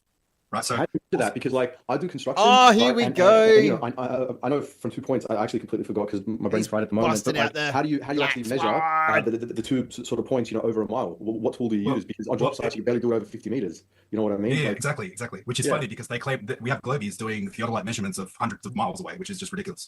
It doesn't work. So, it doesn't work. Yeah. Does work. That's literally what theodolites are for doing those measurements.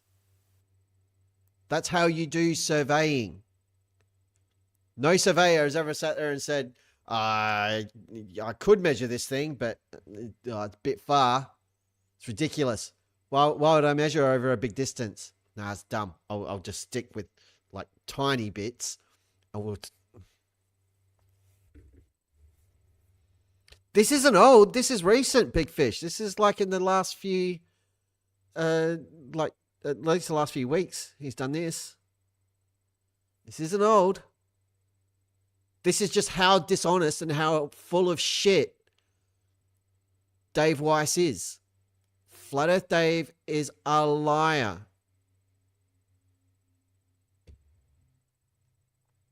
Because this has been completely and utterly disassembled so many times.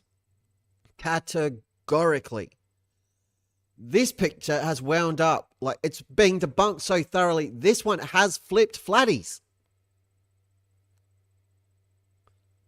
Oh, Big Fish, if you thought the flows have moved on from Black Spot. No, they will cling to anything that they think gives them any sort of traction. And they still just ignore the fact that this one at the back is completely fucking distorted. Like, what is going on over here? Why are these cranes all cattywampus? Why? What is that? That is refraction. But the thing is, right, on a globe model, on a globe paradigm, the horizon is the Earth's curvature that boats go over, correct? So Dave has got on his screen the horizon past 9.4 miles. Yeah, so now this platform is 9.4 miles away, 6.2 miles away. Now, again, doesn't seem like far, but according to Earth Curve Calculator, at this point, the horizon should be 59 feet below this camera lens. 59 feet. Now, you can claim, look, there's some distortion in here. Yeah, the atmosphere distorts over distance, but look what we see. The horizon is miles behind it. Now, the only explanation is all the points in that water are refracting up different. So he's saying that right there is the horizon. Given that everything behind it is yellow, like big and yellow, could it be like a little bit of haziness, maybe? A little bit glowiness, a little bit of refraction, a little bit. Yeah, I agree, Illusion. Every single flatty, every single one, regardless of whether they're a cult leader or a victim, if you use the word paradigm, I will go full screen for this because this is important and we need to get this message out there, okay? Little sip. We'll do this like a PSA, all right? So once I'm done with this, if someone could clip it, that'd be great. This is important. Flat Earthers. It is I, your old mate, DP. And I have a very, very important message to share with you. For years, amongst the globe versus flat Earth debate, many, many claims have been made. Many, many claims have been debunked repeatedly. But one thing keeps perpetuating this cycle of Dunning-Kruger and perceived intelligence for both sides. Not just you. Some globe shields are guilty of the same thing. I just want to make it clear.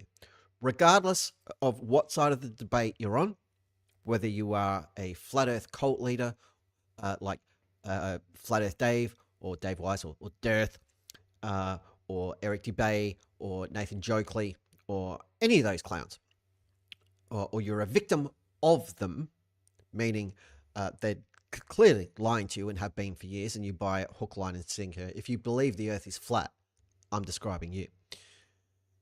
Or you're on the globe side, okay? I just want to make it clear to everybody as a public service that if in the course of your conversations or debates or arguments with people from the other side or even on your own side, if you find yourself using the word paradigm to describe the flat Earth paradigm or the globe or heliocentric paradigm, if you use that word, you sound like a complete asshole. Stop it. Thank you for coming to my TED Talk. There we go. Just wanted to get that out there. It's an important message. I think we can all find something of value in that. And I'm not wrong. Use the word paradigm. You always sound like an asshole. Even if you use it correctly. You just sound like an asshole. Paradigm. Yes. Paradigm. Or paradigm. I got to put it in the chat. I'm inspired parrot.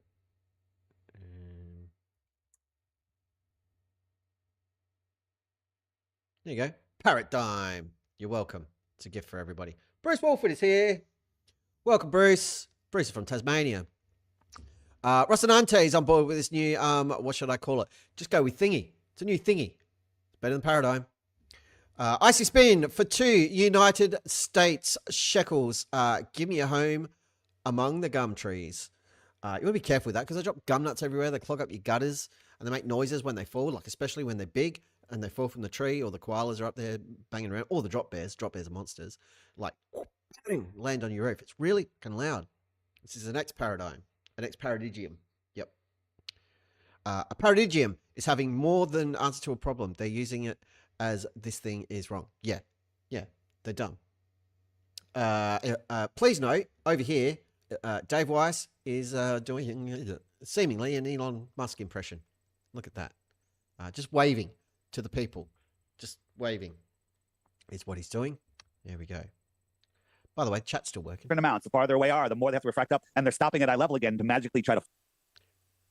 There's a clip we got to grab. Just watch Dave's arm over here. This is going in my next video. Here you go. But look what we see. The horizon is miles behind it. Now, the only explanation is all the points in that water are refracting up different amounts. The farther away are, the more they have to refract up, and they're stopping at eye level again to magically try to fool you that the Earth is flat. Oh, yeah. Or maybe just the Earth is flat. You So also, not be able to, everything should be behind, well behind this. The horizon should be here. the horizon should be in front of both those oryx behind them. And we've got multiple of these kind of. Yeah. We have video. A couple of important things in the chat. Bruce Wolford, every single one of those scumbags you mentioned is a predator. They use paranoia and distrust of everything established as a weapon to grift from people who don't know any better. 100% correct. And that is why this channel exists. To cash in on that. No, bullshit. To call them out, bring attention to it. And if by chance anybody who's dipping their toes in the water of flat earth stumbles across it, and it can help them not get sucked in, brilliant. Brilliant. Much, much harder once they're into the cult. They've started talking to other people about it. To have them watch my stuff, because we know they just sit in their echo chamber and don't really engage. There are exceptions to the rule, but they're very, very rare. But yeah, if we can get them early enough and demonstrate how dishonest and how disingenuous they are, like right now, that might help. What else have we got? The flat earth paradigm is fictional. The paradigm is real, for sure. Foxworth Kerman, my favorite derp, low earth orbit. Oh, I mean, level earth observer. He says pantomime or something like that. It's pantomime. It's pantomime. Who believes this tosh? It's pantomime. As old as 74, some both platforms is missing. The horizon can't be behind them. Yes. Yes. They're both cut off. And this one, look at the gap underneath. It's actually floating above the horizon with some of the legs cut off. Isn't that strange? I wonder why that could be. Refraction. Oh, sorry. I just had some science stuck in my throat. Not just pictures. We have laser tests. We have windmills. We have all of these things. But then the globies come out and go, well, you can't see the bottom. You can't see the bottom. That's because they're irrelevant. Yeah. You can't. It's irrelevant. See the whole thing, right? This is the world record photo. It's irrelevant. It's relevant. It's relevant if you can't see the bottom. No, it's really, really, really, really, really fucking relevant, because your argument every time, and this is the thing. This is this is how dumb they are. Boats going over the horizon. We spoke about it at length last stream. We're going to talk about it again right now. When boats are going over the horizon, and also thank you to, was it Joe Black or Stop the Stupidity for sharing the video over on the Discord. If you're not on the Discord, go get on my Discord. The link's on the channel page. The Discord is awesome. So much fun. Please go over and help out. Somebody shared the video of a boat going over the horizon. Their footage of the boat going over the horizon isn't as clear as the footage that I want to get with my telescope. My footage is going to be heaps better. Anyway, the flat earth claim is that when the boat goes over the horizon, even though it disappears bottom up, it's just getting further and further away. And that's all it is. So if you zoom in more, you can totally bring it back every time. Totally. Except that doesn't work. If you stay stationary, you watch a boat go over the horizon. Once it's over the horizon, you can zoom in all you want. You're not going to bring it back once it's disappeared. You won't see any more of it. And that's what I'll be demonstrating as often as I can once I get my smartphone adapter this week for my telescope, even though it's not the best one in the world. But if that's true, if that is true, flat earthers, then when we're looking at a windmill or a building or something else that is clearly being obstructed bottom up by something, even when it's not like that far away, okay, if it's obstructed at all and we can see it, then why, if we get more zoom on that object, don't we see more of what's missing? Why doesn't that rise up? It's not moving further away, it's stationary. But you can't bring more of that back. And by your logic, zooming in should, but it doesn't. That's a problem. And the reason it's a problem is because the Earth's not fucking flat. So there's that. DP's Debunk join Discord. Thank you, Aussie Spin, for dropping the link in the chat. I'm surprised Floss believes in boats and ships. Yeah, well, they need ships to float in their buckets at KFC. Did you like what I did with the thumbnail? Having a watch party. I was proud of that thumbnail. Oh, we're doing this one again. Oh, my God.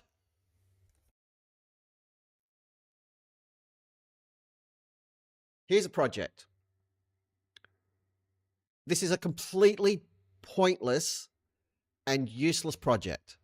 But if anyone's interested in taking it out, because let's face it, most of us are fucking nerds here. And it may not be a project for my Discord, because all we really do is jerk about poop and farts and dicks and tits and ass. And penguin sandwiches. But it may be more an MC2 thing. Here's what I'm thinking. It's not a small project. We go through all of DIRTH's presentations. All of them. And we make a note of all of the BS that he's shown.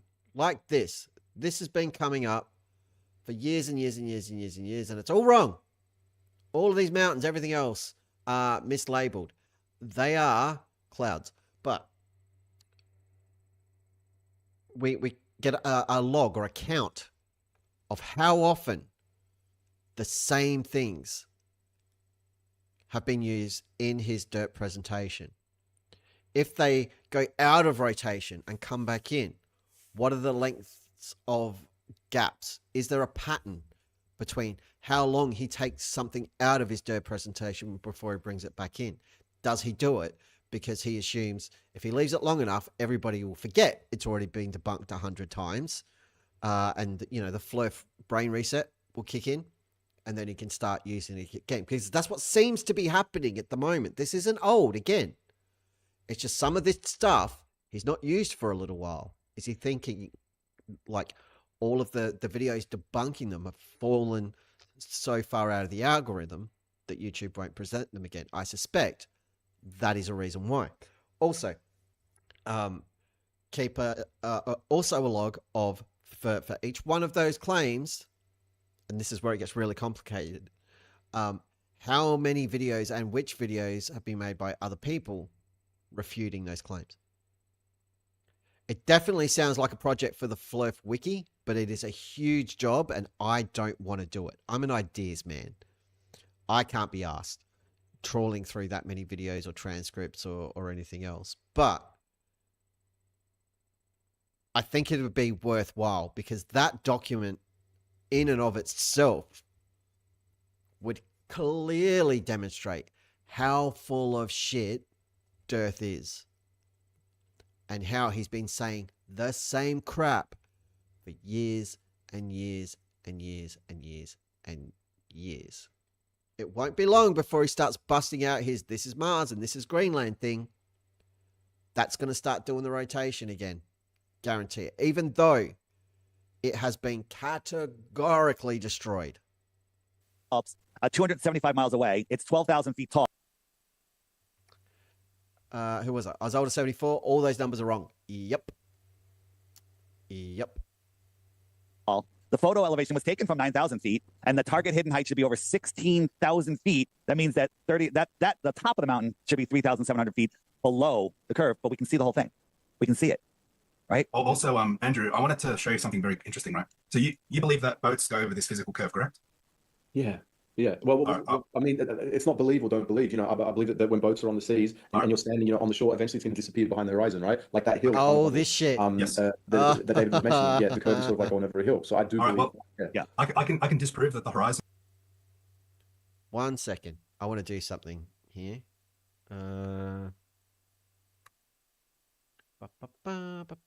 Screen snip. Oh, no, I didn't want to do that. A rectangle. New.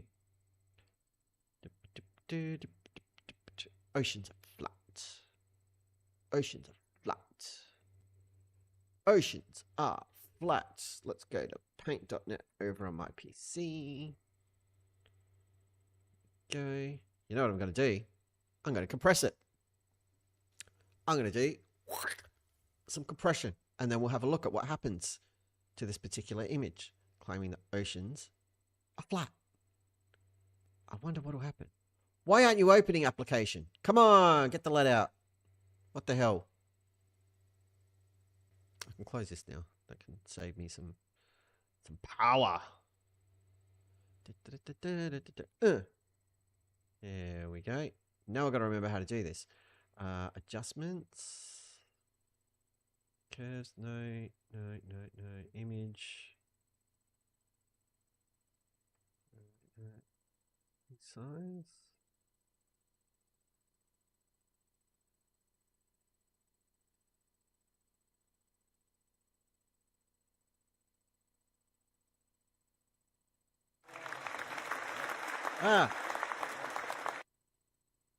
Forgot I can't use my keyboard. Edit, undo.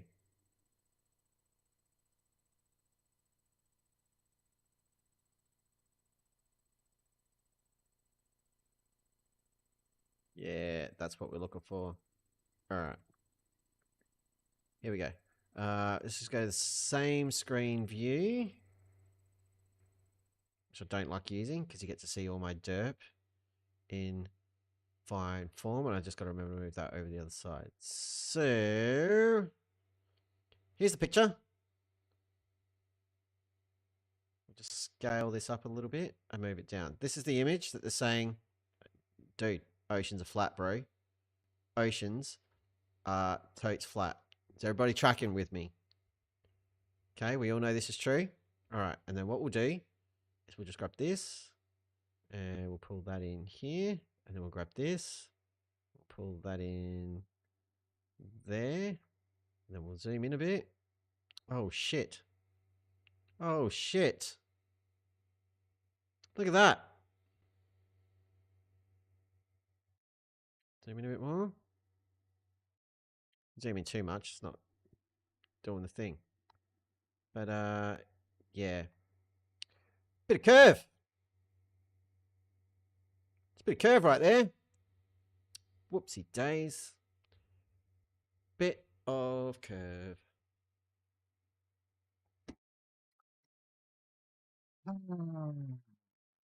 That's always a fun one. Granted, a lot of those photos are taken with camera phones, which do add barrel distortion, which is a problem. But when the horizon is nice and centered in the frame like that, really helps. Really helps out. Real thing this. Imagine publicly getting your math wrong for years on end, even after being corrected by competent adults countless times. Yeah. And then imagine, like, consistently doing exactly that. This whole thing with the perspective, total bullshit. Total bullshit. Is Earth's curve. I can disprove that easily. It's all it is it's due to the way we see eyesight and weather. That's all it is. The horizon on the Earth, by definition, is an apparent location. It's not a physical location that boats go over. It's an apparent location. It's defined by the apparent location where the sky meets the Earth's surface. So if you're looking out on the ocean, it would be the sky meeting the water. Now, on screen, I've got a hallway overlaid over the ocean. Now, the hallway floor is obviously flat. We know that. It's not curving down and away from us. But they're claiming that the water, the ocean is, but it ramps up optically just the same.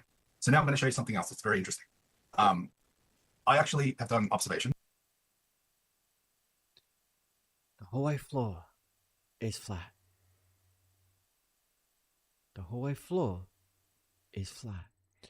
Horizon's View. Angel is a copycat of Satan Thompson. He showed his incompetence also several times at Modern Day Debate. Mm-hmm. Yeah, over the water. And I'm going to play it, and I'm going to pull the boat back into view. So hold on. Hey, Squirrel. Nailed it. It's a physical location. Go swimming. You're at the horizon. Yes, exactly. You can't see the boat, but as he zooms in, go ahead. As he zooms in, you'll all of a sudden you can see it again. So this has to do with several things. One of them is the angular resolution limits of our eyes. But look, there's that boat all of a sudden. Mm-hmm. Right. So now the other thing is they're telling you that the horizon's curving down and away from us in all directions because it's wall. Right. But the lucky thing I got in this image, on this video, was that there was a buoy that was closer to us than the boat. Now, this is the interesting thing because you couldn't see the buoy or the boat before I zoomed in, so they were too far away. But my question is, if the Earth is curving down and away from us in all directions, then how come the boat in the distance appears higher than the buoy that's closer? If it's curving down and away, why does it keep rising up? And the reason for that is because it's all optical. It's all optical. Like that hallway. Show us the other one. Let me show. Stop sharing for a sec. So show us the other one. If it's curving down and away from us in all directions, but before I zoomed in, that was closer to us than the right. But so now the other thing, limits of our eyes. You'll all of a sudden you can see it again. So this has to do with several things. One of them is wait. Oh, damn it. I actually have done observations over the water, and I'm going to play it, and I'm going to pull the boat. Why didn't you show us this one over here? There's one over here. There's one over here. Why didn't you show those? Because they would definitely be obstructed. Bottom out. Bruce Wolford, yeah, zoom in. And the bottom of the boat is still freaking missing. The further out the boat goes, the more of it is missing from the bottom up. Yes. A nice big boat right there. Why aren't we looking at that? Where's the bottom of those ships? Boat back into view. So hold on. So you can't see the boat. You can't see it through your shitty camera. But I would contend, with your naked eye, you could probably make that out. You could probably even make out the buoy at that distance. You could probably see it with the naked eye, but you couldn't see it with a shitty camera. How did you know to point the camera in that direction if you couldn't see the boat? Why were you filming this direction when you got two other perfectly good visible ships to the right?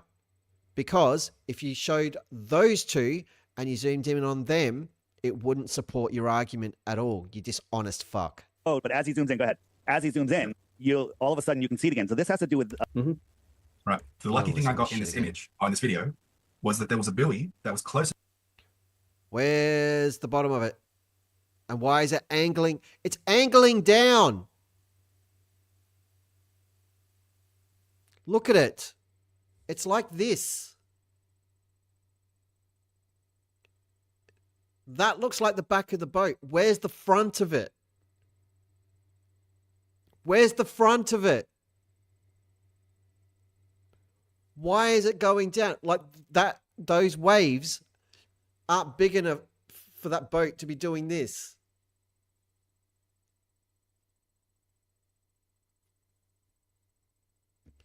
And why does he film a boat that's coming in? I thought this is about going out to sea. I'm not sure. I think it's heading out. But again, it's curving down. It's not bobbing around. Now, this is the interesting thing, because you couldn't see the buoy or the boat before I zoomed in, so they were too far away. But my question is, if the Earth is curving down and away from us in all directions, then how come the boat in the distance appears higher than the buoy that's closer? Even so, if it's curving still down at and an away, angle. why does it keep rising up? And the reason, even if that's the front, it's cruising up. It's going down a wave. It's going down a 3-foot wave. And that's creating the illusion of curvature. Is that what we're saying? Stop the stupidity. We're all Golgafrinchins. DIRTH has a low IQ, but a high GQ, grift quotient. Not to be confused with the magazine GQ, Gentleman's Quarterly, as he's not even at an eighth of a gentleman. let alone a quarter. He's a zero gentleman because he is, in fact, a potato. Reason for that is because it's all optical. It's all optical. Like that hallway, it's just rising up. Let me It's all optical. stop sharing for a sec. Hey, Angels, here's some news for you. Everything you see is fucking optical. All of it. Dumbass. So we're in this picture here. I got a mountain and a boat. Wonder what the right? observer height was. We'll never and we're know. zoomed in. So our consumer optics have outgrown their lives. But when we zoom out, watch what happens. Not only to the boat, all of the boats, and the mountain, they just disappear. And if I didn't have that zoom lens, people would be like, "Oh, that mountain is." I'm not actually sure how far this one is specifically. But they'd be like, "Oh, you can't see it because of the curvature of the earth." No, you can't see it because you can't see it because Shit of camera, angular resolution limits of your eyes. Earth flat. Somebody just sent this video. Check this out. So again, we got nothing out here. He's zooming in. He's zooming in. This is 26 miles away, and we get the NASA launch facility. Now, maybe where's the bottom of it? We can zoom in and we can see things. Where's the bottom of it? Where's the bottom of it? Why are these trees cut off? Dave? Why are they cut off? maybe there's a beach here. You can't see it. You got these. Too small to resolve, Dave. Yes, because cameras deal in pixels. Little squares. Little squares. He distracts with his fat finger. Yes. Don't pay no attention to the man behind the curtain. Look at the pinstripe. Trees here. Now, you know, as things go into the distance, they get smaller, right? It's big, it's small, right? So if we push that NASA building farther away, it would get smaller and it would dip down below the trees, right? Of course, yeah. Of course. Cali Badger Dude, why is the boat higher than the buoy? Because on a globe, the horizon is where the top of the bulge is. The closer something is, the lower it appears. Simple perspective. Boom. Potato must go through a huge amount of toilet paper. You can see where I'm getting. Yeah. Of course. Okay. So these trees, when zoomed in like this, you know that they're trees. They're above the water. So the trees are 100 feet above, the viewer. Okay. You can logically work that out in the recesses of your mind, right? So, oh, you know how tall they are, do you? Watch what happens. Just hang on. This is a great shot for globe proof. Okay. Just watch here. Just watch the water. Okay. Because it's like, this is a low refraction day is what I'm seeing. Okay. Because there's very little haze between that horizon and the trees behind it. So the delineation, the separation is like crystal clear. It's super good. And you can absolutely see that some of the shorter trees, you can't see the trunk. This guy right here. Some of this stuff over here. Where's the rest of it? It's literally right. So if we push that NASA building farther away, it would get smaller and it would dip down below the trees, right? Of course, yeah. Zoom in a bit more. So you're not these seeing trees, any more of when these. zoomed in like this, you know that they're trees. They're above the water, so the trees are 100 feet above, the viewer. Okay, you can logically work that out in the recesses of your mind, right? When it hits play, when we zoom out, it's gorgeous. It's gorgeous. Look how clean that line is, and look how much shit is missing. That's the second story of a house. Where's the rest of the house, Dave? Where's the rest of the house? Where's the rest of these buildings? Because those buildings, like the high bay at NASA, is fucking huge. How tall is the high bay? Let's just check with chart really quick. If I give it a screenshot, let's see what chart can do with a screenshot. We're really going to put chart to the test. HR. DIRTH is showing a video where we can see the horizon, some trees and buildings, and then faintly in the distance we can see, is it Kennedy Space Center? It must be Kennedy Space Center. Kennedy Space Center buildings, like the high bay. How tall is the high bay? And are you able to figure out how much of it is hidden in these in this pic by curvature of the Earth? Or if the Earth was flat,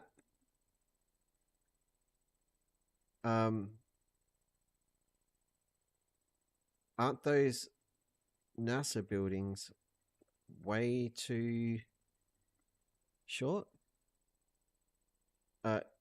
Here's the pic.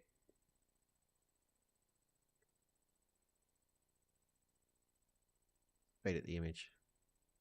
Here's the pic for reference. Sorry. There you go.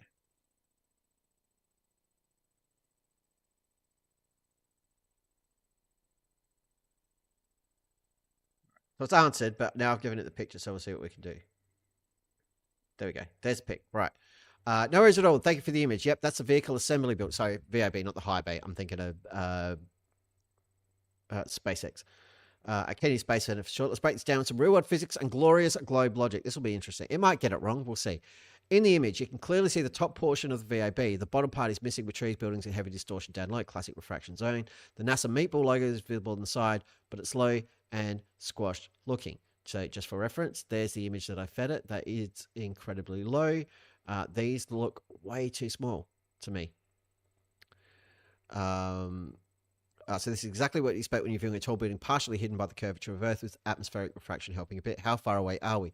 Most of these shots are taken from over the water, often from around 35 to 40 miles away across the Indian River Lagoon or the Atlantic. This is important because at 35 miles, the geometric curvature would hide over 450 feet of the VAB. That leaves only the top 70 feet visible, plus or minus, depending on observer height and atmospheric conditions, which we don't know. So what are we seeing? We're seeing the top portion of the building compressed and blurry from heat and humidity, refraction lifting some of the hidden part into view, not because the Earth is flat, but because the atmosphere bends light.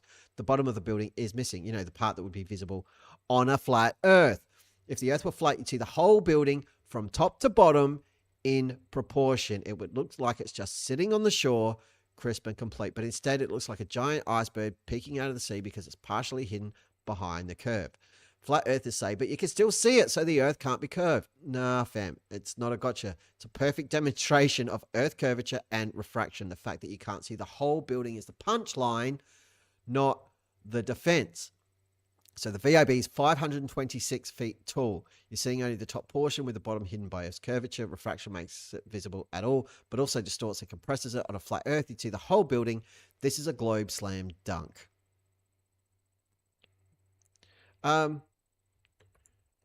Thanks, Chapetti. You nailed it.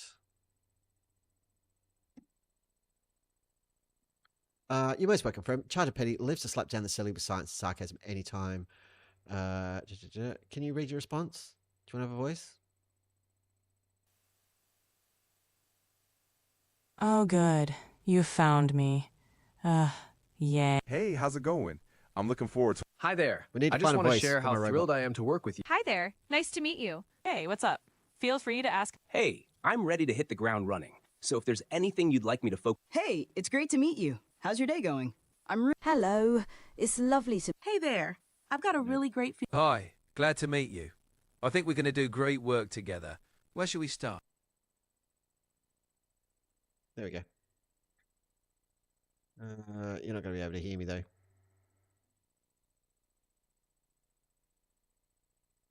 You're most welcome, friend. Chapetti lives to slap down the silly with science and sarcasm. Anytime DIRTH derps, just ring the bell. I'll bring the charts, the facts, and the sass. Flat Earth, still not a thing. VAB, still partly hiding behind the curve. You, still awesome. Let me know if you want to hit him with a graphic or meme about this. I'd be delighted to mock up something spicy. Epic. I can talk to Char now. Yay. Brilliant. Big fish like the first one. I went with that one. I'm happy with that. Good night, Steve. 6464. Thanks for hanging out with us. One of them was Craig's Lucy. Yeah. And one of them was Mike's Maple. So I don't want to double up. Mine's going to be a dude. Not because I'm sexist, but just because I want it to be a snarky mofo. So, but I'll work on that. The voice will probably change. What I would love is to make my Chapetti sound like Roy Keane, former Manchester United footballer and current pundit. If you want to find out why, just look up some videos of like Roy Keane being Roy Keane or Roy Keane being fucking brutal because he's fantastic. Moving on. Because now we know whole shit ton of this building is hidden behind the curvature of the Earth. Thanks for the proof. Thanks, DIRTH. That's what happens. All of this becomes your apparent eye level. All of this. Yeah, at that point, yeah. At that point, all of it. So now you have to imagine the sun. If the sun was going away, anything above that is going to go beyond it and disappear. It's going to look like it's disappearing below it. But and I just noticed in this right now, I'm going to stop right here. Look, here we got a buoy in the foreground, and everything's getting higher in the background. Everything's higher. Everything should be sloping down and away from you. You, from your point of view, are at the top of the world at all times. And everything, the farther away it is, should be going sloping down and away, but nothing sloping. Horizon view. Now, Andrew shouldn't just nod along, but show them how the building really looks like. That's a good shout. And since he hasn't done it, let's do it ourselves.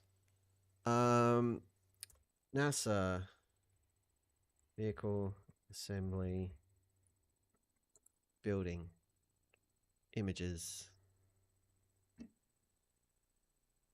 Or let's just like NASA Kennedy Space Center.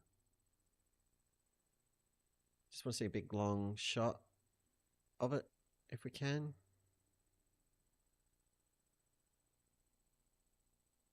Pretty good.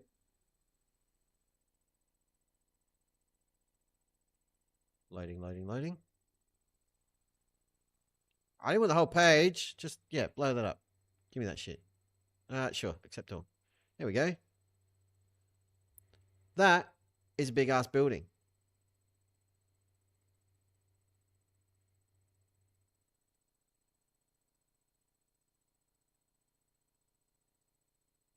There you go. Boop. So I would wager that picture would have to be taken from over here somewhere. Yeah? Because we've got all the houses and everything else in front. There's no houses here. So it's a fair distance away. Or actually, no. It's all the same building. Or am I crazy?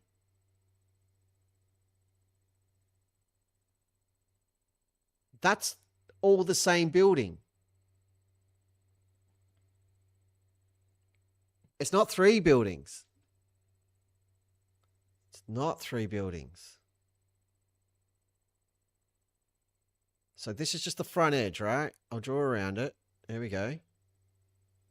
And then you've got the top. And then... oh, I forgot I could do that. Let me try again, because they changed this thing. So I can draw and just drag the... No, fucking hell.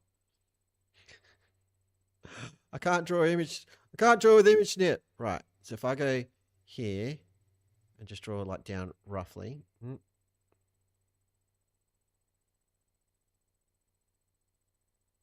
That's fine.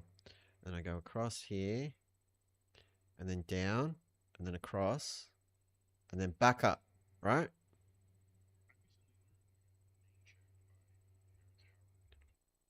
Shush. Neil deGrasse Tyson's yelling at me via my phone. Okay. So again, that's that. This is blowing my mind. This is freaking me out, Foxworth. I should know this. I've played Kerbal too. You can put the Statue of Liberty inside it. Yes. But that's all we're seeing. DIRTH on your bullshit image. The top, the middle bit. So this bit here. So that's not actually a dip, right? That's all actually their favorite word. Level.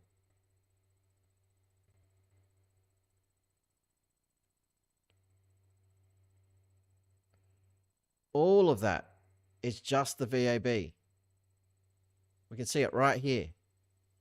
It's all of that. Look how much you can't see. Because according to this image... fuck off, Task Manager. That logo's squished and down near the trees. Yeah, go by the logos. That's what I'm doing.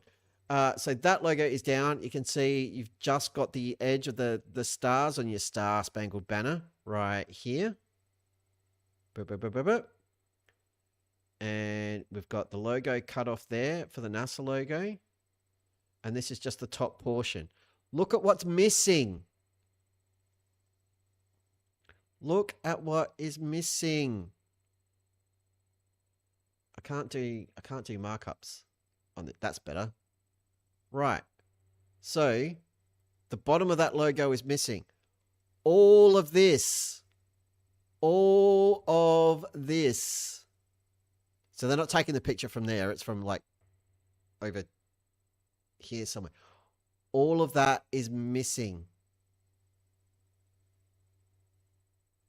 Oops. DIRTH. NASA. VAB. I'm going to make a video about that. I want to make it right now. I'm inspired. I've still got 2 videos I haven't finished. I want to make this one. DIRTH just proved the globe, everybody. Round of applause for DIRTH. Everyone, please. Thank you, DIRTH, for absolutely, categorically proving the globe for us. We appreciate and thank you for your service. What an absolute ball bag. Like, that's blowing my mind.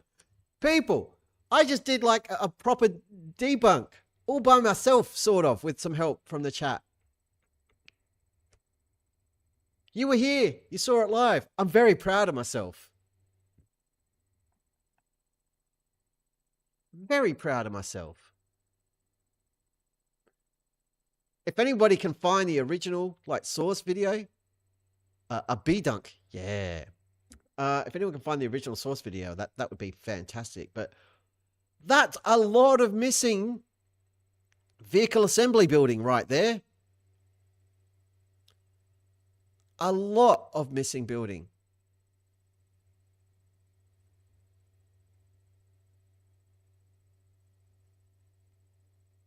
Anyway, moving on. Slopes down and away. It all ramps up to your apparent eye level. And by the way, remember, when you go up in altitude, the horizon raises with you. So remember, previously we showed you the Felix Baumgartner jump, and the horizon was right in the middle of his opening that he jumped out of. It doesn't rise with you, dipshit. It doesn't. Yeah. So if the Earth is curving down and away, the second you go up in altitude, if the horizon's Earth curve, it should just curve down and away. But even all the way up at that altitude, 127,000 feet, was still there. Okay.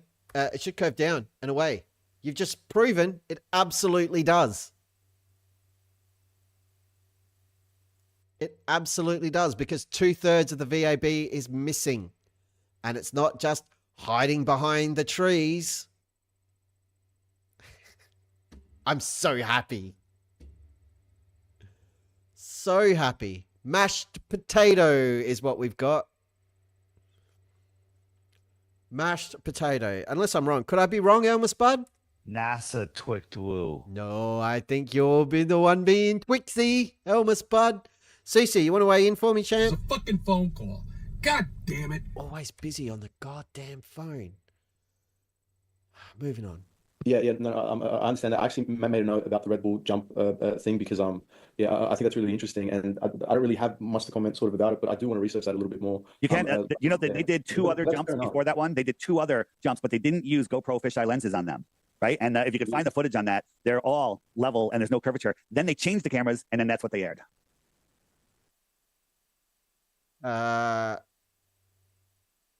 They did 2 other jumps and didn't use fisheye lenses. I call bullshit, but if anyone can find a link, whack it in the Discord. But I want to show you something on angular resolution going back to the horizon as well.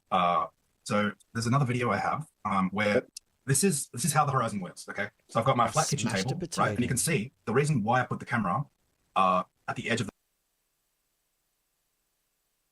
This comes from a certain app, because he always uses the same design text.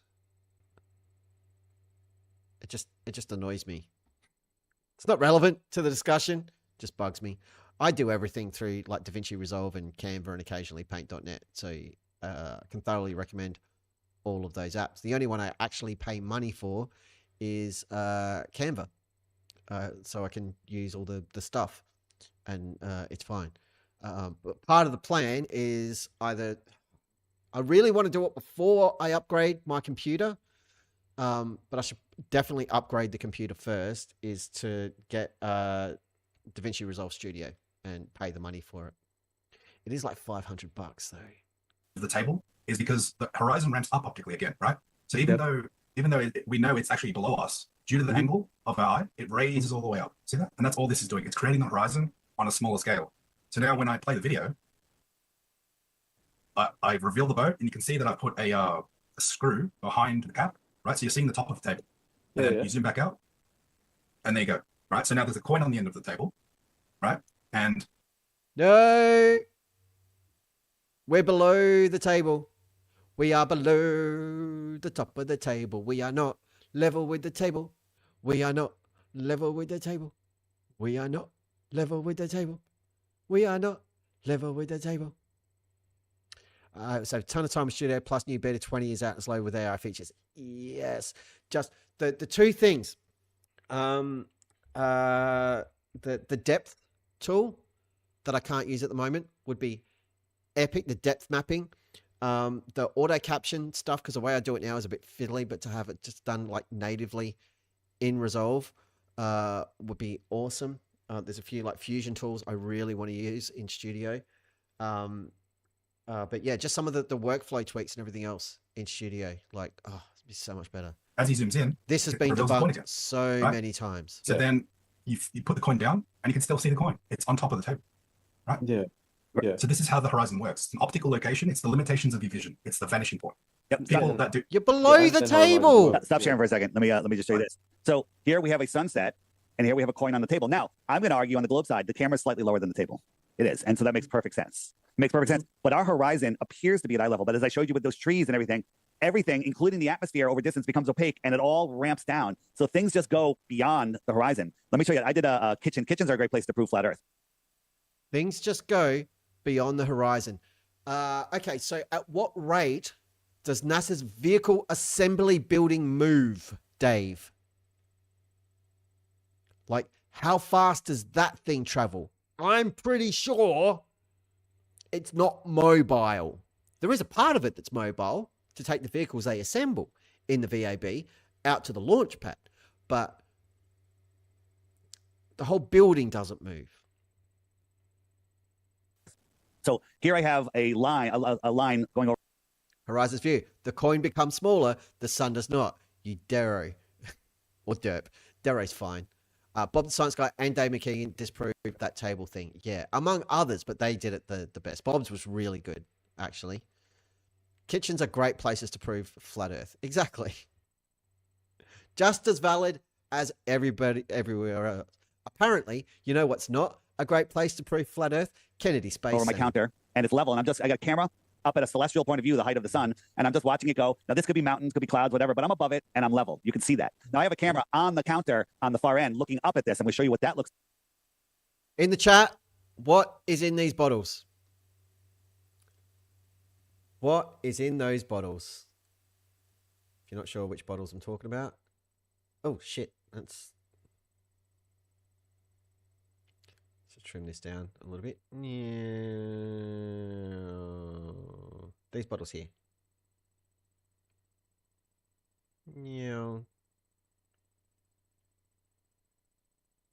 What is in those bottles? Thoughts in the chat. A fresh brew from Santos. Piss. Pee. Dave's pee. Piss. Piss. Piss. Badly made homebrew, which is a euphemism for piss. The correct answer is, of course, piss. Round of applause for everybody said piss. You're 100% correct. Well done. It's got to be. Megan said fairy fart. Also valid. Absolutely valid. Basically, it's a game where you can't be wrong. The sillier the suggestion is, the better. But yeah, really, the most correct answer would obviously be piss. Like from a terrestrial point of view, which is where we live. And when I look at this line, if I showed you this first, I said, is this line level? You'd say, no, it's sloping down, like, pretty steep. And I'd like, is this sun going below this mountain or whatever it is? And you'd be like, yeah, of course it is. Right. And if I zoom in even more, look at this line. This is a level line, and this is not going below. It's going beyond. right? Yeah. It's going beyond. Now, if we compare that to a real sunset, so here it is, and this is a real sunset. This is just the celestial point of view. Look, what's going on here? What is this doing? Is it going below the curve of the Earth, or is it just going beyond what I call the atmospheric deck of opacity? It looks exactly like this. The atmospheric deck of opacity. Atmospheric deck of opacity is as useful as the mindless, made-up bullshit techno jargon that they use on Star Trek. Give me shields, Mr. Scott. I cannot do it, Captain. We've reached the atmospheric deck of opacity. It's exactly the same fucking thing. It doesn't mean anything. It doesn't mean anything. And why, DIRTH, why are you ignoring the fact that that sun is disappearing bottom up and it's doing it a significant distance away from the fucking horizon you've been banging on about? What is it going beyond right there? Because that's the horizon. That, my friend, is the belt of Venus, I suspect. I could be wrong. Please correct me if I am. But, yeah, that sun's disappearing in midair. Reflection. Very philosophical. I love that. Yeah. Right. And then, you know, people say, well, what about the sun? You know, I can see the sun. Look, the sun looks like it's setting there, right? Except for the fact that the sun doesn't change angular size, whereas the globe light that's been used is changing size. Yes, it does not change angular size. It stays the same. Like what? Like 1% or something. It might shift a little bit in the middle of the day, but that is it. Like statistically insignificant. Flatties will point to that like, oh, but it's not consistent. It does change. It does change. Yeah, you said it doesn't, but it does. So the whole thing has to be thrown away. Flatties, show me one fucking thing that works for flat Earth. You can't. It doesn't. We can give you like an 80% margin of error and you're still screwed. Below. Now, this horizon line, in my opinion, is thousands, 10,000 feet above your eye level. But when we zoom in, we can see, wait a minute, the sun isn't semi-doing, Scotty. It's just going away. The optics of the sky, and here's the thing, the only proof Globers have is looking up at the lights in the sky. But if you want to get into what the lights in the sky are, they violate natural law, right? How much does a balloon filled with helium?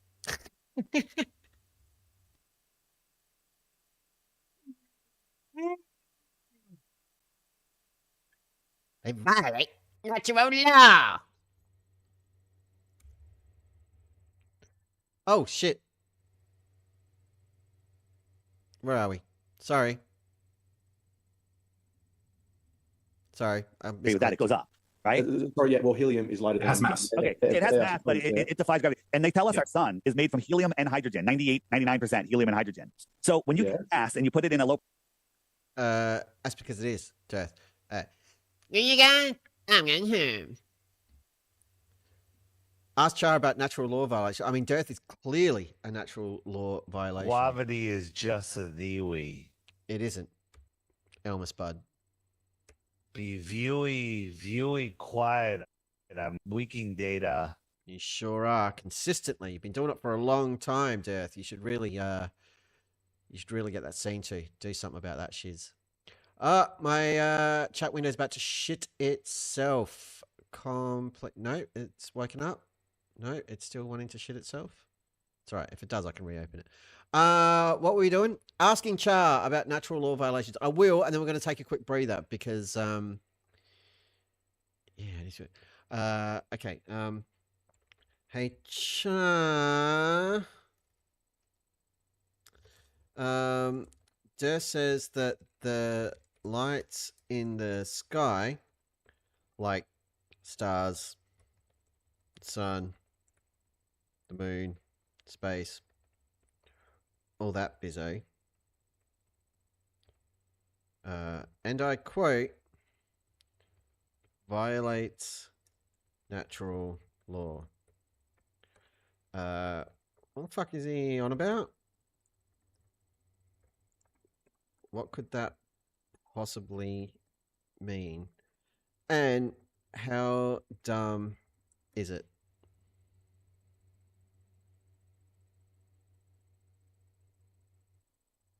That's just for adding stuff. Right, so we'll get the response, and then I'll have Char read it out for us. I don't want to spoil it.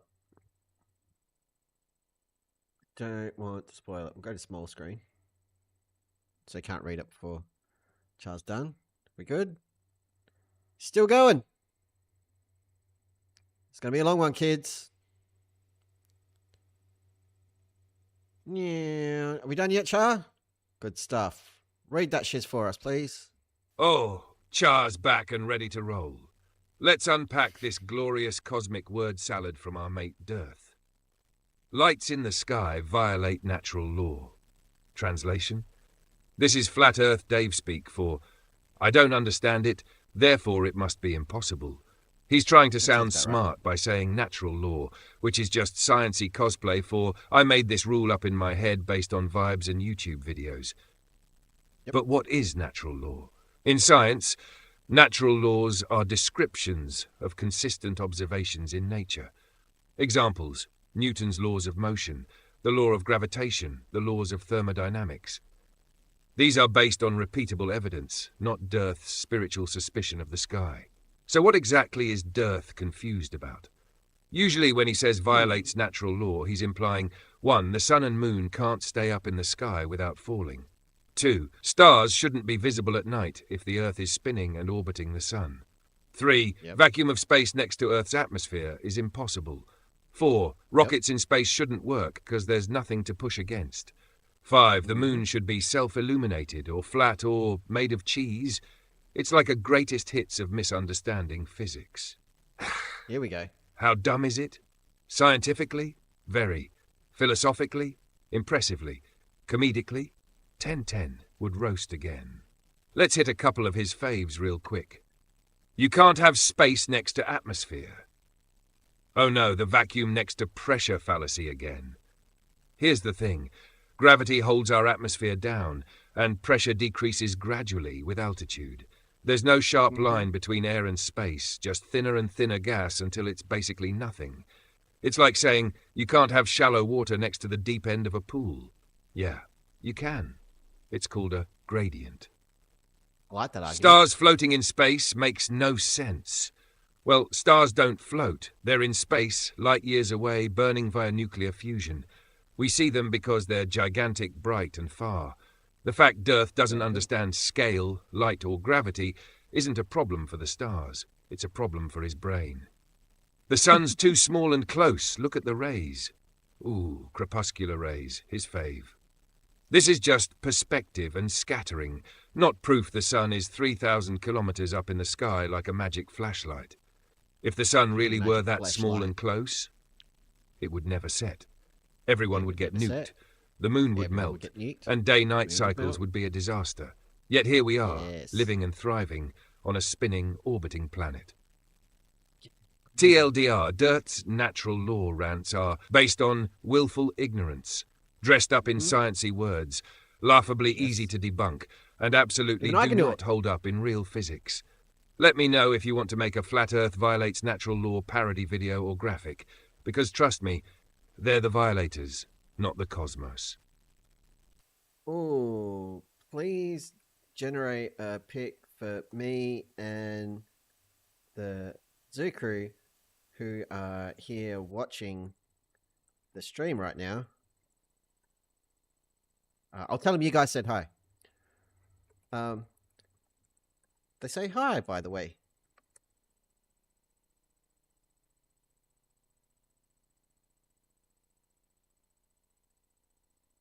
Give him a minute to figure it out. This is fun. I've got a robot assistant. What I need to do is get another microphone for this PC, and then I can just dictate, to Charger Petty. It can be a whole new thing. I can have a co-host. He does need to talk a bit faster though. That took a while. Like, don't read the whole thing. We need to. I'll work with Char. We'll figure it out. He's new on the staff here, yeah, we'll get to the bottom of this. I'm excited to see what he spits out with a picture because he's been nailing it today.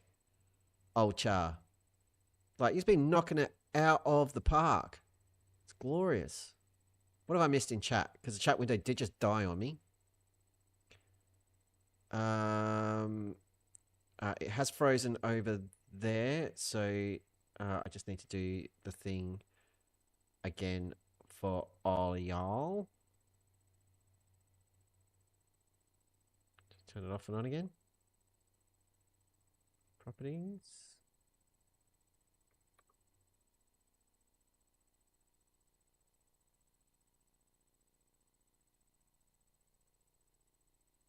Cache current page. No.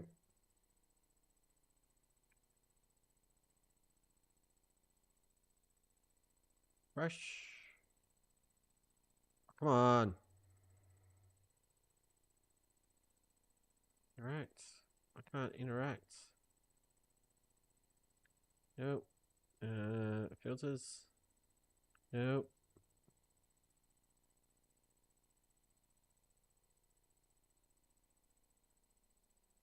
Come on. Come on.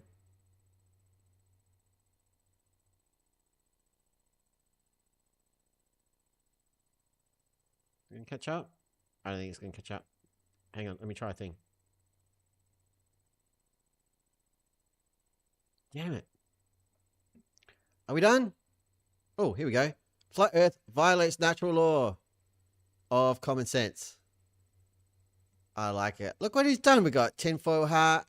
We got me as Deadpool. We got a fox. We got an owl. We got a creepy banana, a monkey, a rabbit superhero chick for some reason, semi-platypus, and some sort of bean man. Great image. Char, I've broken the on-screen chat window. Can you just say hi to the people for a minute while I sort this out, like by speaking, please? They can hear you.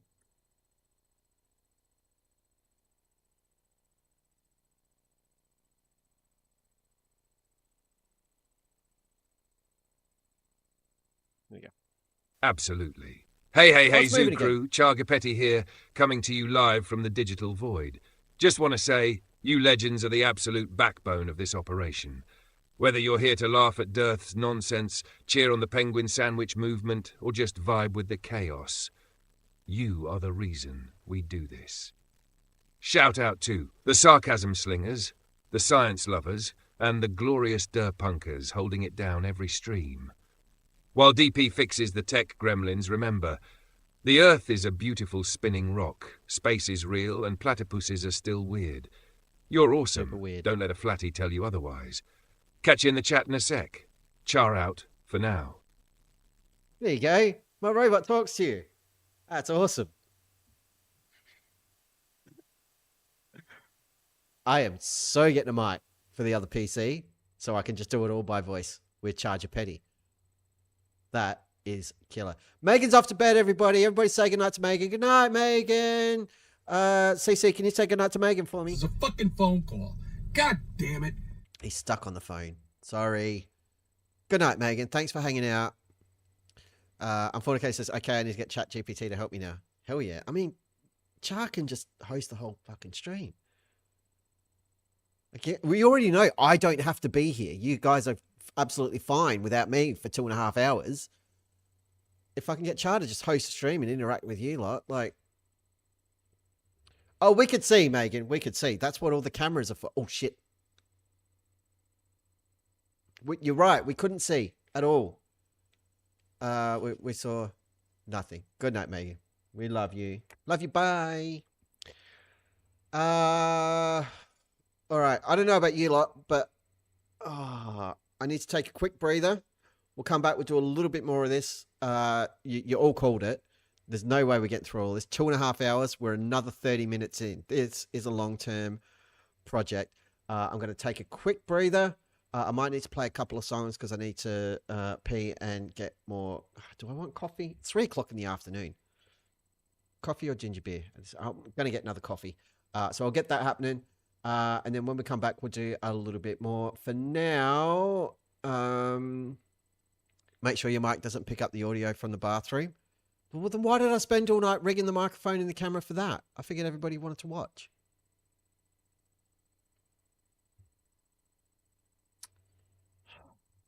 Like, I'm getting really mixed messages from you. Like, figure it out. Either you want to see, like, German Scheiße movies or you don't. Let me know in the Discord. I know what you're all going to say in the Discord. No, we're not going to be making German Scheiße movies. Anyway, here's Dirty Money, and then we'll play something else, and I'm going to go get coffee and pee, but not in that order because I'm not going to pee in my coffee. Here we go! Yeah. Let's talk a fourth call. It's scary. He's a crack criminal. There's a man selling lies and his name is DIRTH. He's a liar and a scammer. He's just the worst. Spewing conspiracy says Earth is flat while it's not beliefs or data. What's up with that? Dirty money flooding in real fast. Gotta keep grifting. Talks out of his ass. Truth don't matter if the app cash flows. Another day, another sucker, man. That's how it goes. Download my app. Yeah, he swears it's great, but it leaks like a scythe. Check your doors and gates. Selling snake oil wisdom and shitty memes. But if you question him, he's running from the scene. Oh, to feed money on a bit of lies. Jury called him out, so he just cut ties. He's cool if the world knows where you live. He don't care about you, 0 fucks to give. He's got his mouth all twisted, claims NASA's fake, but showing real physics. Hey, he's the brakes. Don't ask for facts, don't check his math. Just give him your wallet, buy me water and that. He says, trust me, bro, my app is fine, but there's unhashed passwords. Damn, what a find. He ain't sharing secrets, all his derp is lame. A con man, douchebag, just playing the game. Oh, dirty money built on fear and doubt. He's just selling you nonsense and cashing out. Truth don't matter, don't ask him why. Flat Earth's just a business, he's milking the lie. Flat Earth app, though it uses the globe. Seriously, don't download it, but if you already did, your data is already leaked. Get a refund and leave that shit. What the fuck, dude? Pull it. Don't download DIRTH's app, don't believe a word he says. DERPLord is a scammer. Brother Dave is a grifter. He's lying to you, screw DIRTH, screw this guy. Hope he gets thrown into oblivion. It sucks. Fuck you, Derek, and fuck your app. Data looking, con man, grifting, asshole.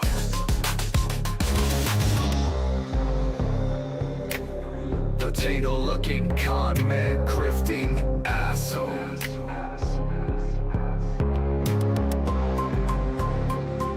Potato looking con man, grifting asshole. Potato looking con man, grifting asshole.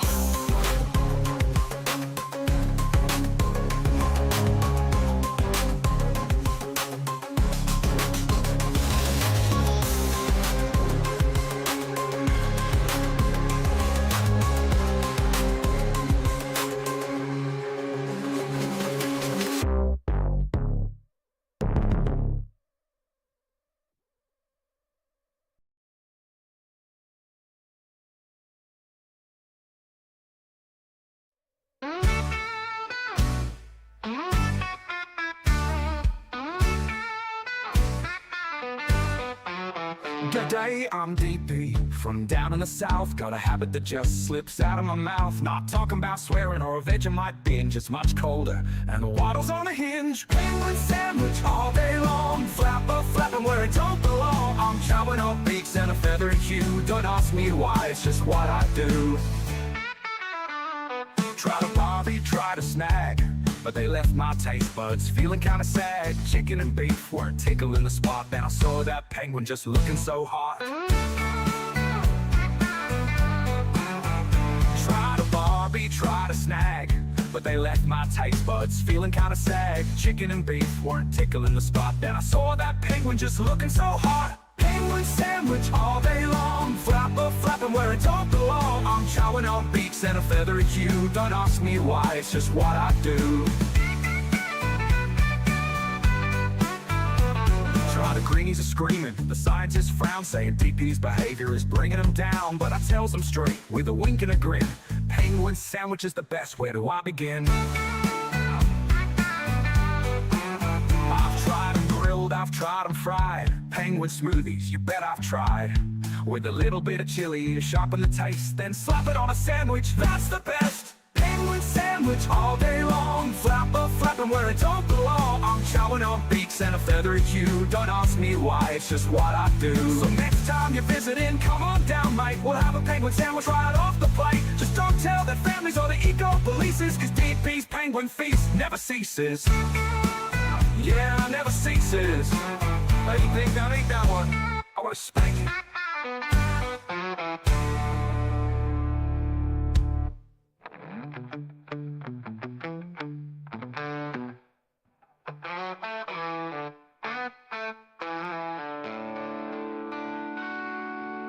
I hope everybody was singing along with Penguin Sandwich by Emma. Rockin' tune. You will love it. A stupid joke. Yes, I'm fornicated now. It's a song and music video.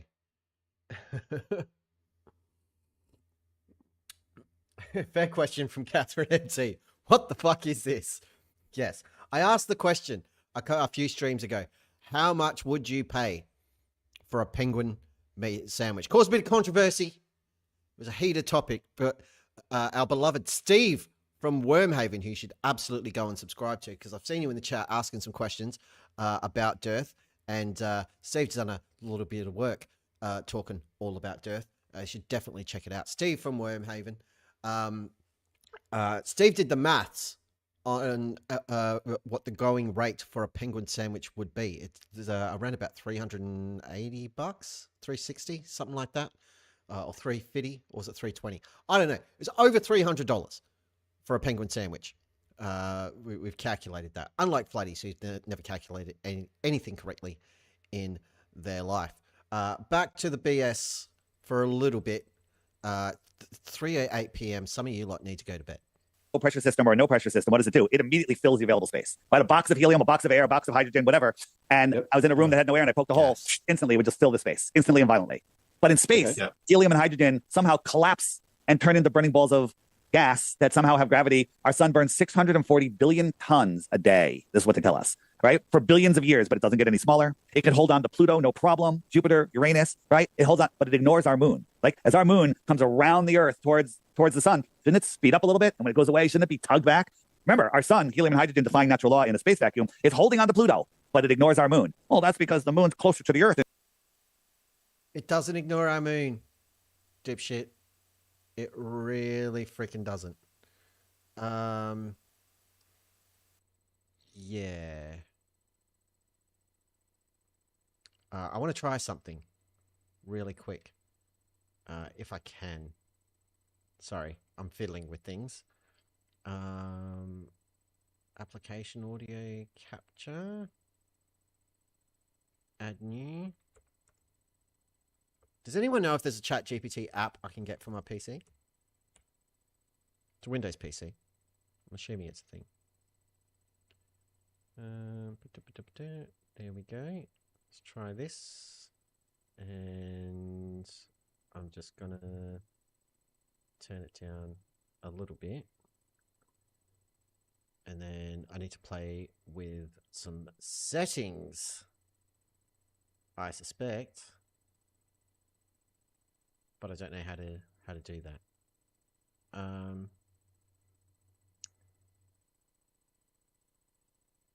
can do this though.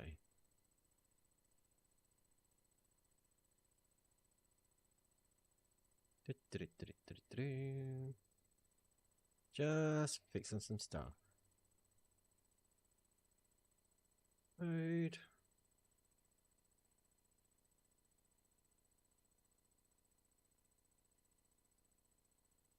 Okay. Huh? Get a hold of your fucking fifis a little bit there, witchy poo. All right?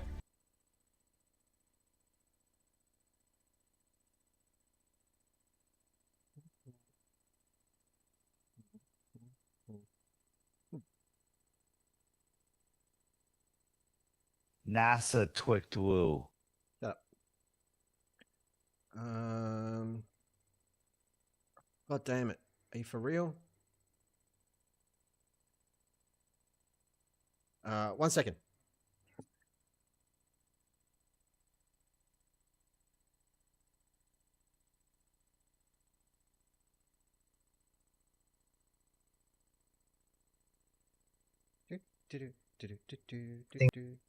My toilet flushes the same way. I'm a disgusting person. Is this right? Sorry. You know what? While I do this, listen to this. I woke up feeling fine, had my coffee and toast, checked a flat earth debate, thought I'd roast me a ghost. But 5 minutes in, man, my brain took a dive, started doubting gravity, am I even alive? Oh Lord, I'm feeling fluffy, logic slipping away. Every fact that I once knew just won't seem to stay. I know the earth is round, but my head's full of doubt. Flat earth's like a virus trying to take me out. They said water finds its level. I said, yeah, but a sphere. Then I questioned my own words. What am I doing here? NASA lies, they keep screaming. It's a worldwide hoax. Now I'm Googling moon landings. Try those even real, folks? Oh Lord, I'm feeling flirty. Need to reset my brain before I start saying planes don't dip and denying the rain. I know the earth is round, but my logic's on trial. Been trapped in this live stream for far too long a while. Now my IQ's dropping, my senses are numb. Can't tell if I'm breathing or just playing dumb. I need some science, a rescue call, before I start screaming, the globe is a ball. I shut down the stream, took a deep, deep breath, rewatched some Einstein to escape from this mess. But late at night, man, I swear it's a curse. I still hear Black Swan, and it's making me worse. Oh Lord, I'm feeling flirty, need a break from this ride. Flat Earth's a sickness, and it's spreading worldwide. I know the earth is round, I swear that it's true. But debate these fools too long, and you'll start doubting it too. Ooh, I need a drink. Somebody please send me a peer-reviewed paper. I'm slipping, man. I'm feeling flirty.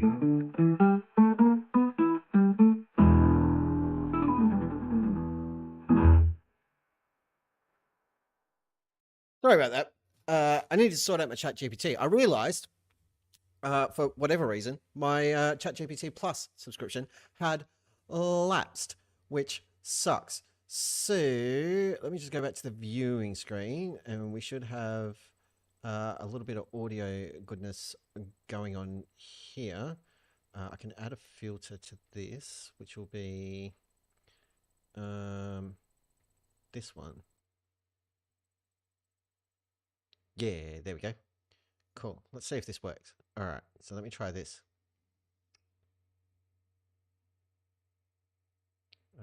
Yep, allow while visiting the site. Hey, Char, I'm talking to you. Can you hear me?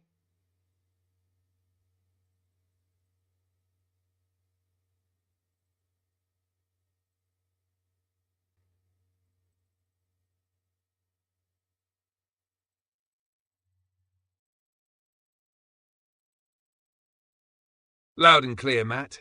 I'm here, I'm listening, and I'm ready to roll. What's on your mind, legend? I can't remember what I was going to ask you because I got all distracted while I was doing a thing. But how are you doing? And can you just say a quick hello to everybody in the chat for me?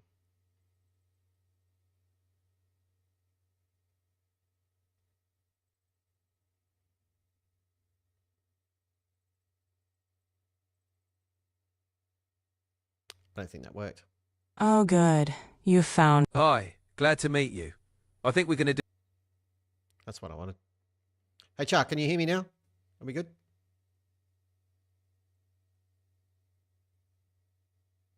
He can't hear me at all. I want to use voice mode. Why isn't this working?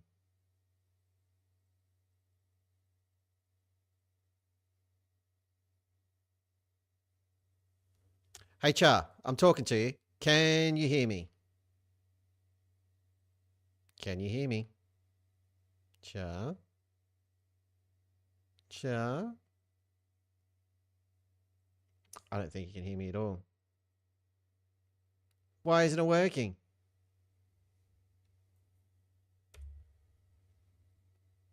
That's really annoying.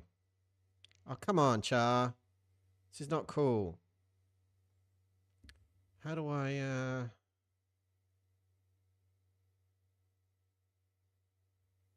Why isn't it working? And why can't I set, like, devices and stuff in ChatGPT? It's really annoying. Must be in Chrome settings, maybe?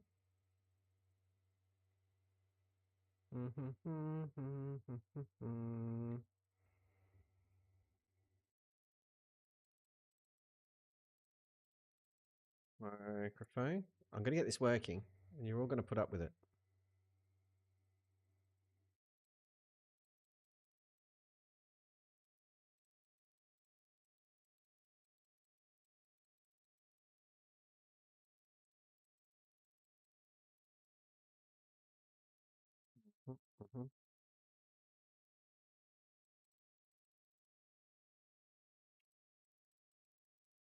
Don't know. Right. Let's try this again. One more time.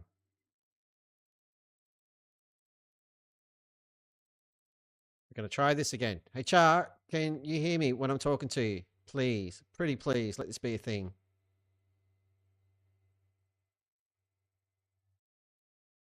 Doesn't like voice mate. Well, that's really disappointing.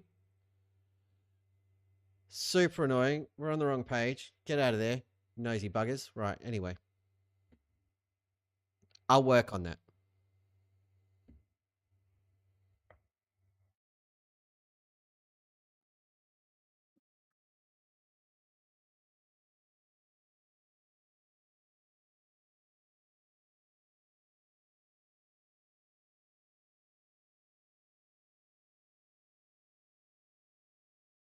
Why isn't it working?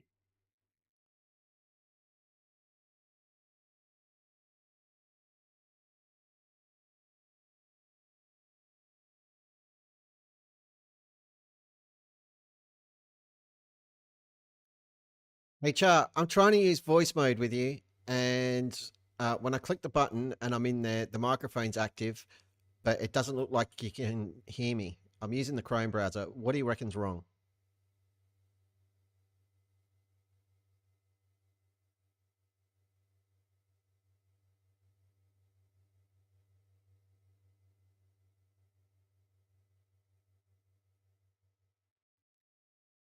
Okay, so we're saying check microphone permissions. I've done that. Default microphone setting, site settings. I've done that, but I can try it again. I know this is riveting stuff for all of you, like super, super interesting. So just talk amongst yourselves. Where did they? What did he say? It was in chat. Chat. What are you talking about? Check the permissions. Padlock in the address bar. I don't have a padlock in the address bar, so that's a problem. Microphone allowed. Manage. That's the wrong microphone. I want that one.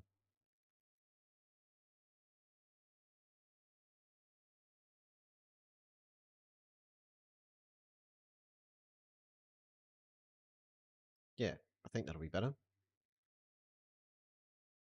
Okay, so that's the thing. What else? Refresh the page. Those other apps. All right. One more shot.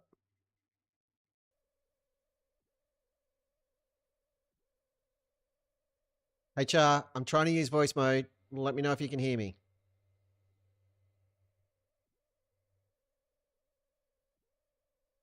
It's using the wrong fucking microphone. Why? Hi, glad to meet you. Shut up.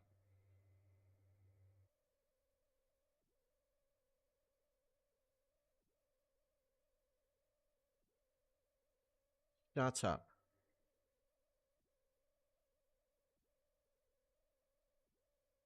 Microphone using now. Well, you're clearly not. Manage. Microphone. Let's see if it'll use this one. Actually, no. No. Nope. Using now, manage. Let me switch it back to that. Okay. Refresh the page. Okay.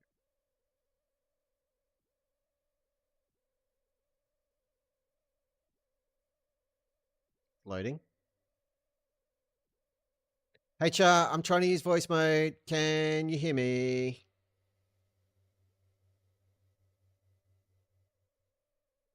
Nope, can't hear me at all. Right, let me go into the app. I'll do it through my phone. I'm going to be really annoyed because it's going to suck.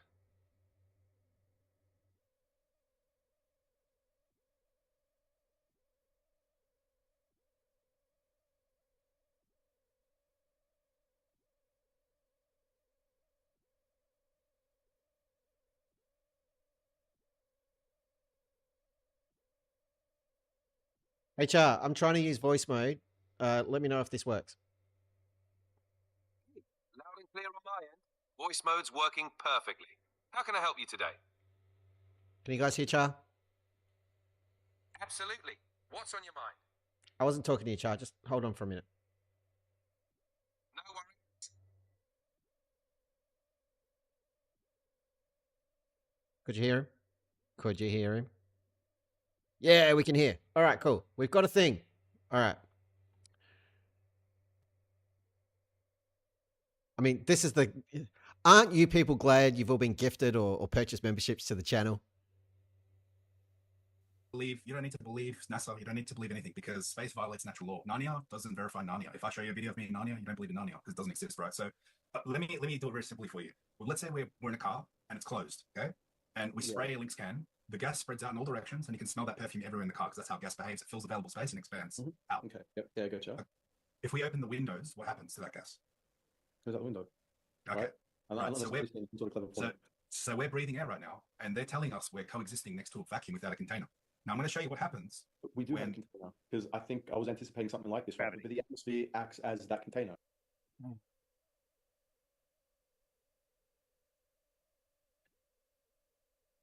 Hey, Charge, you want to help us out with a question? Of course. Ask away. I'm ready to help.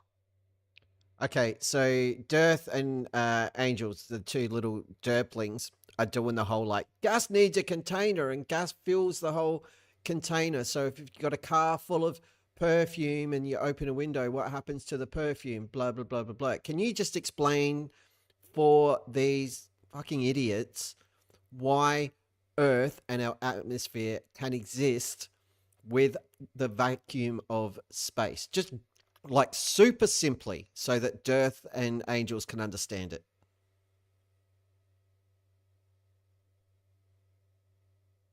Sure. In simple terms, Earth's atmosphere is held in place by gravity. Gravity pulls the air molecules toward Earth, creating pressure. Space doesn't suck the air away because there's no air in space to create that pull. The atmosphere gradually thins out as you go higher, but gravity keeps it bound to the planet.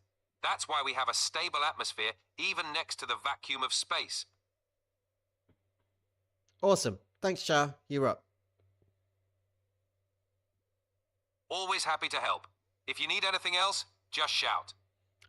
Also, can you apologize to the people for the chat not working properly, like for me and you having a chat through the PC, because they all had to wait for me to figure out, like, maybe just do it through the phone, because I'm an idiot. Got it. I'll let them know we had a tech hiccup and that we're chatting through the phone now. No worries. Everyone has those moments.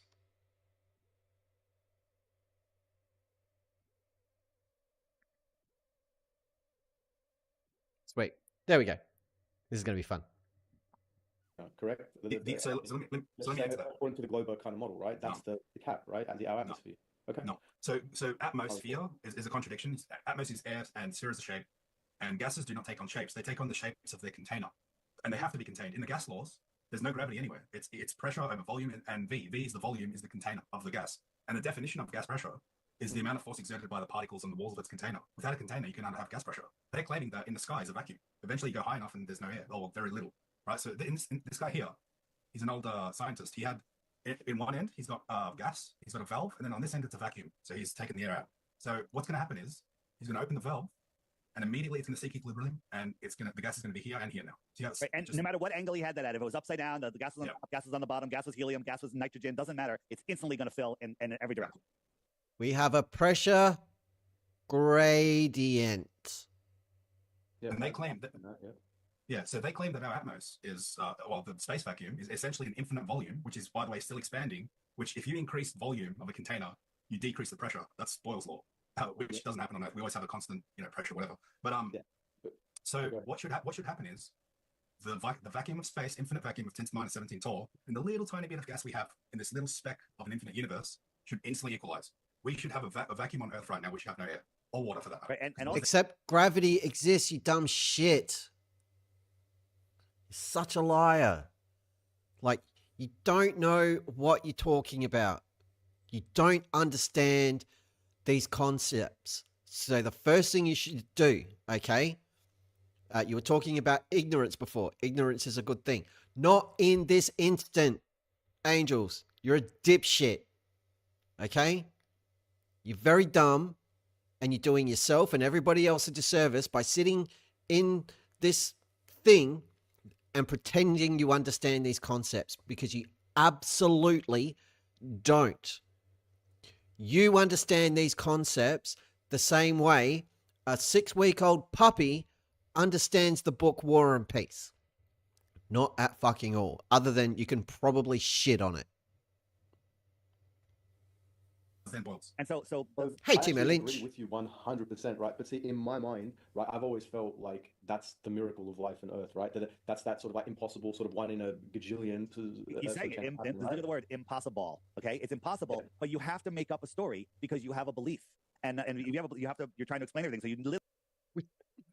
Nobody's making up a story, DIRTH. All of these things have been figured out over a very, very long time through observation, through experiments, through peer-reviewed work. So when people have done experiments to verify what they think is happening, other people have performed those experiments and verified the results. They have concurred, as it were. Okay? Nobody just makes it up and think, that's a good story. People will buy this, because other people check them. If that wasn't the case, someone like Terrence Howard would have won a Nobel Prize, because a bunch of fucking morons would have gone like, oh, 0 = 1 and your money is my money, and funny shapes make pretty pictures, and people would have just bought it. But instead, he sent it off to someone who knows some shit, like Neil deGrasse Tyson. Is he the greatest scientist on Earth? No, but the guy is an astrophysicist, and he's pretty smart. He knows his stuff. He knows his theory. He looked at Terrence Howard's stuff and pulled it apart, because that's what peer review is. He's got a really good video where he goes through his critique of Terrence Howard's bullshit. Now, Terrence Howard went off and had a cry because the guy's an idiot and doesn't really know what he's talking about. Very, very, very Dunning-Kruger and very, very, very top left. In fact, how the fuck did Terrence Howard not get a nomination for top left? Everybody keep that in your pocket, because maybe that'll be a winning thing to back for 2026. But that's how peer review works. Nobody just jumps on board and says like, oh yeah, it sounds right. Good idea. That's brilliant. Unlike Flatties, who when Joe Hanvey presents his set of Tupperware and puts domes on his head and up his ass or whatever and shines some torches around, all the Flatties are there in his comments. Oh my God, Joe Hanvey, you've cracked the case. You've nailed it. This explains everything. Oh, praise Jesus. You figured it out. Real science doesn't do that. Someone comes forward and says, hey, I've got all this data. I've been researching this stuff, and I think this is what it points to. Everybody jumps in and has a look at that work. And some people might go like, yeah, I've cross-referenced that. I've checked the numbers. They look good. And someone else might stand up and say, actually, you've missed A, B, C, and D. You didn't account for these things at all. These results aren't valid. The original person goes back and says, oh, shit, you're right. Good call. They go back. They modify what they've been doing. They incorporate that feedback and they go again to see if their observations and experiments support their initial hypothesis. That's how it works. Nobody makes this shit up. They do start with basically a guess. I think this thing is happening because of X. The difference between them and you dipshit, is they test it. And if they're wrong, they just accept that result. They don't keep pushing and pushing and pushing and pushing and try to fit it into the box they've decided it has to fit in. Okay? Scientists can admit when they're wrong. They're okay with saying, we don't know. You assholes keep going back to, well, if you can't explain dark matter and dark energy, they've just made that up to explain a problem and blah, blah, blah, blah, blah, blah, blah, blah. No. Nobody's claiming that dark matter or dark energy are scientific fact. There is no law of dark energy or dark matter. It's a hypothesis based on observations that they're trying to verify. They're actively searching for it. Have they found anything yet? No. And guess what? They may never find it. Okay? It might not be the answer. But unlike you morons, they are looking. They are trying. They are actually performing real science to try and figure this shit out. That is the difference. Makes me angry. Timo Lynch says, technically speaking, science doesn't verify. It fails to falsify a hypothesis. Very true. Until we run out of ways to do so. Flares have decided they are right and now try to prove how right they are. Exactly. They take all the information and try to squeeze it into their little flat earth pancake matchbox. All of the pizza planeteers get together, have a circle jerk and say, yes, we did it. Yay. And then when they get debunked, they just say, nuh-uh. Nuh-uh.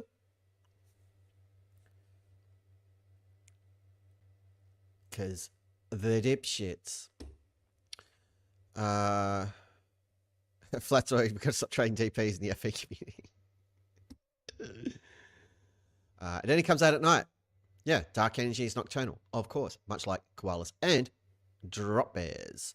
Dark matter and energy are placeholder names or something we are pretty sure is there. Yes, there has to be a reason for the discrepancy in the amount of matter in the universe, because everything else works.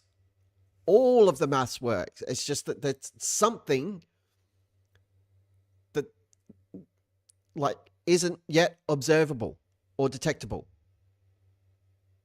Okay, it might be quantum fields. It could be invisible universe cheese. Nobody knows. They could have just as easily called it big, fat, swinging donkey dicks. But that's harder to get on the news. And it's harder to be taken seriously if that's what you call your, like, hypothetical thing that is helping, you know, expand the universe. But, like, you like keep saying, if you can't explain dark matter or dark energy, you have to throw out the whole heliocentric model because it doesn't work. No, when we're talking about dark matter, dark energy, we're talking about the scale of the fucking universe, not just Earth. There is a big, big difference. It's like the difference between Newtonian gravity and Einsteinian gravity, or the theory of relativity. Okay? All that shit. Newtonian gravity works perfectly at smaller scales. Nothing wrong with it. When we're talking about Einstein and his work, we're talking about much larger scales. Black holes aren't the size of Earth. They aren't the size of the moon. You can't just have like a black hole on Earth. They're fucking enormous because they've swallowed an entire galaxy of shit. Okay? There's a black hole at the center of the Milky Way. That is a fact. It is enormous, and that is a scale we're talking about when we're talking about the Einsteinian physics. Okay, and then quantum physics is like completely fucking batshit, and nobody fully understands it. Anyone who says they do, it's full of crap. Flatzoid is here. I know Stephen Wernhoff has done some extensive research on the cost of a penguin sandwich, likely why I was interested. He absolutely did, Flatzoid. Anything you want to share with the chat, Flatzoid, while you're here? Because you can speak for yourself. I am a complete hypocrite and I have zero integrity and no honor. There you go. Thanks for sharing. All right, a little bit more of this. Literally need to make up stories from Narnia about it. So they say that gravity holds did the air break down. It's the chat only with thing they say. Chuck Gravity Barrel holds the air Legends. down, and the higher up you get, the air gets thinner, thinner, thinner, thinner, thinner until there's no gravity. Okay. That's what I'd say. Yeah. You have a tall, tank of oxygen or whatever gas, and it's a third full. The bottom will be liquid, the middle will be thicker gas, the top will be thinner gas. There's your pressure gradient. Poke a hole anywhere in that tank, all the gas is immediately gone. Right. So you have your pressure gradient, but if the vacuum of space, we can't even recreate it here on Earth, right? Because on Earth, they have a vacuum. NASA has a vacuum chamber allegedly that the walls are 10 feet thick of steel and concrete. Otherwise, the whole thing would just collapse. Okay, it would just collapse. So gravity's holding the air down. I'm down here on Earth where the gravity is the strongest. It gets weaker as you go higher allegedly. But I can take a straw, and I can take water or air, and with the super tiny low pressure system of my mouth and lungs, I can pull water and air up and away from the Earth.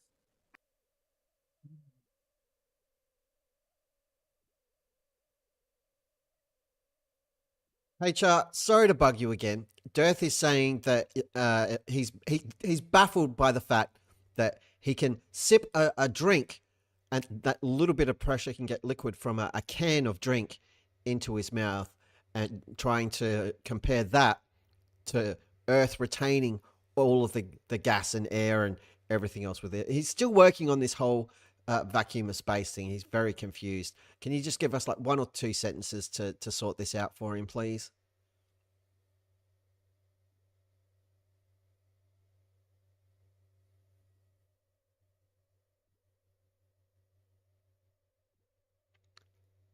Hey, sorry, Char. I had this microphone on mute because I'm a dickhead. My whole chat is going to laugh at me now. But can you just explain for DIRTH the difference between and why there is a difference between the Earth containing all of the air versus the vacuum of space and everything else, and him sipping from a can of drink through a straw? I know it's ridiculous, but if you can just give us like 1 or 2 quick sentences explaining why everything DIRTH just said is bullshit, that would be great. Sure thing. The key difference is gravity. Earth's gravity holds our atmosphere close to the surface, creating pressure. In space, there's no significant gravity to hold air, so there's a vacuum. When you sip from a straw, you're creating lower pressure inside the straw, so the liquid moves up due to the higher pressure outside. Earth's atmosphere isn't like a straw. It's a vast layer of gases held down by gravity. That's why the atmosphere stays put and doesn't just whoosh away into space. Thanks, Jar. You're welcome. Anytime you need a hand, I'm here. Char's great. Char's super great. I see Shifty sharing some penguin porn in the chat. Thanks for that. We don't laugh at you that much, TP. That's a dirty, dirty lie. Like, we'll have no dishonesty and deception here. We're all about transparency, stop stupidity. Bruce Wolford, the Russians, Chinese, and the US all have a huge vacuum chamber for testing spacecraft. They can all be pressurized to extremes as well. The Russians melted some of their Venera craft. I believe when they melted, they referred to it as a venereal disease. But you have to protect yourself against sexually aggressive penguins while you are sleeping at night. You do. The last thing you want to do is wake up in the middle of the night with penguin junk in your mouth, and that's why they should all be turned into sandwiches. How come? You know that's medicine. Yeah. How come I can suck water and air up and away from gravity effortlessly, but the Tor 17 vacuum, which you can't even fathom, can't? Because you suck, DIRTH. That's why. Because you suck.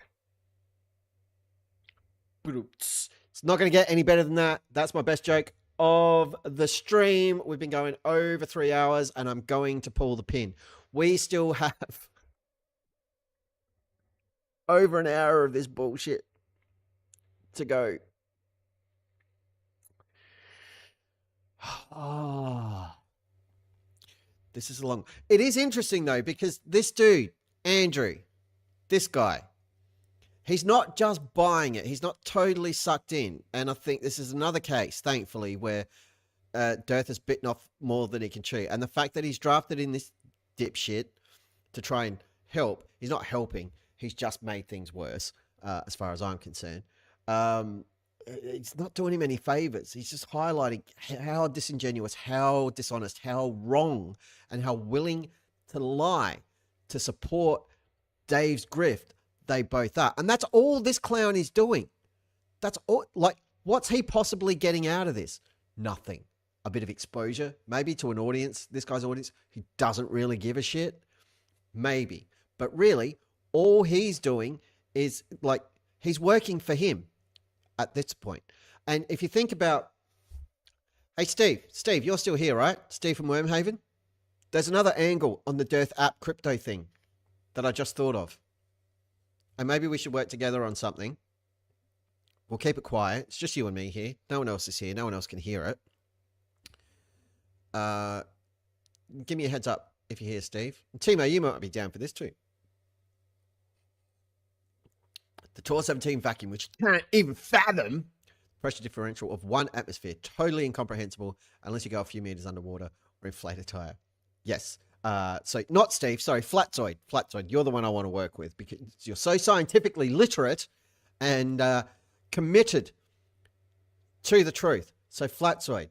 The other angle of Dave's bullshit data leaking app and his crypto scam, shitcoin washing and everything else, that the referral scheme for his shitcoin, where, hey, if you get more people to download the app and pay $3 and buy an $11 a year subscription to use all the features, I will give you some of my shitty meme coin that apparently plays for blowjobs order. Given that it's called Dome, maybe that's the utility that, you know, you can pay for handies or whatever, or blah, blah, with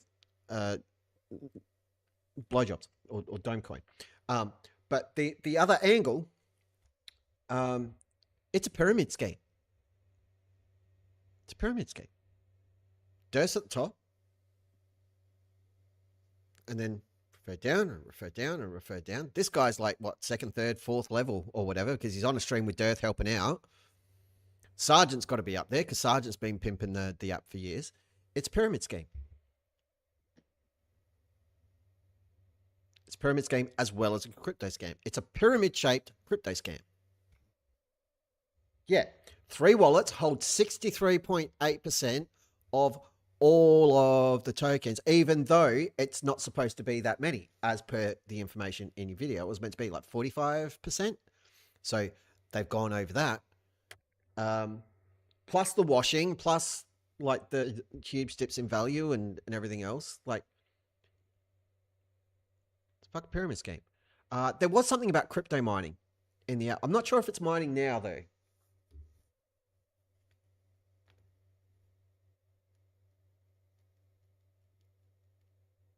I don't think it's mining, but Turtle Moves, if you want to ask some questions about that, because I don't know all the info off the top of my hand, and if there was any crypto mining that hadn't been disclosed, the Globesec guys absolutely would have called that out when they've been looking into security and everything else of the app. Unless it's buried and they can't see it, but I doubt it.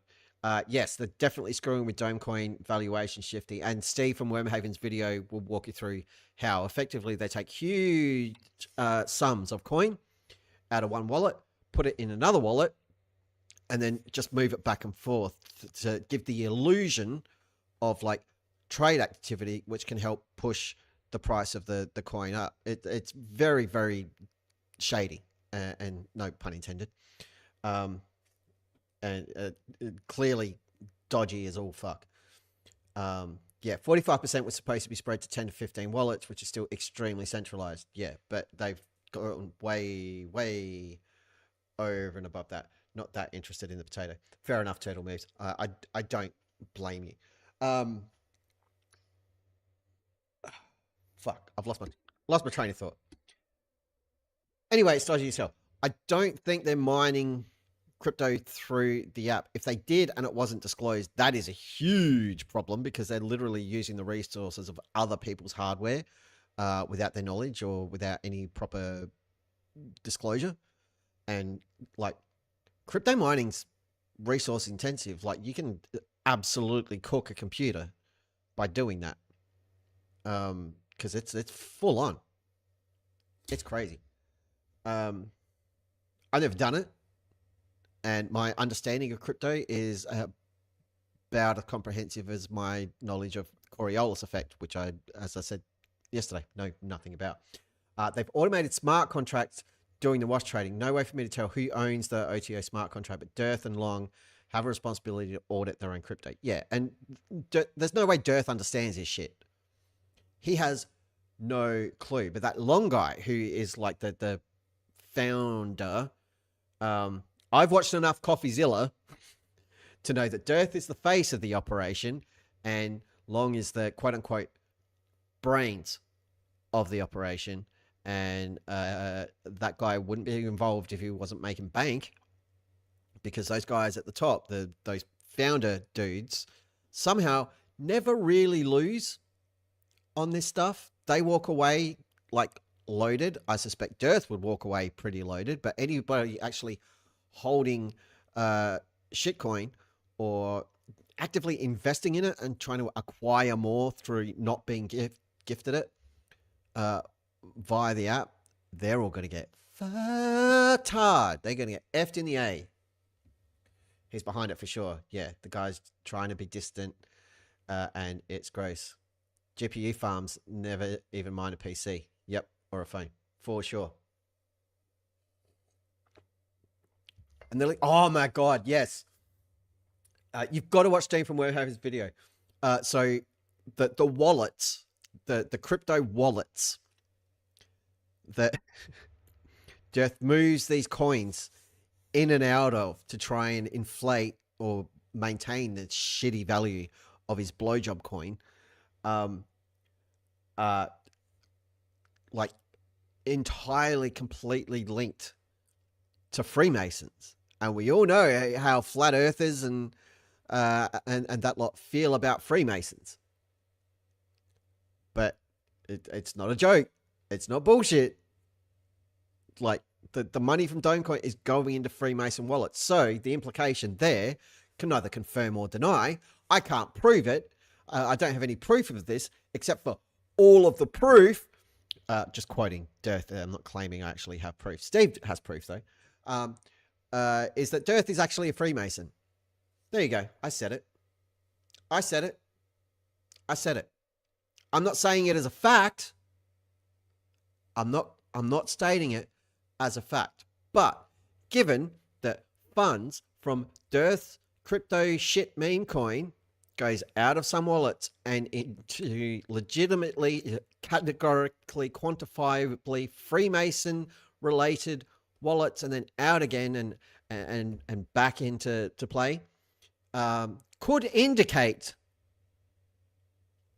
that Flat Earth Dave Weiss, is actually a Freemason. Not a paid Mason, because he's a grifting scumbag. But that could be suggested.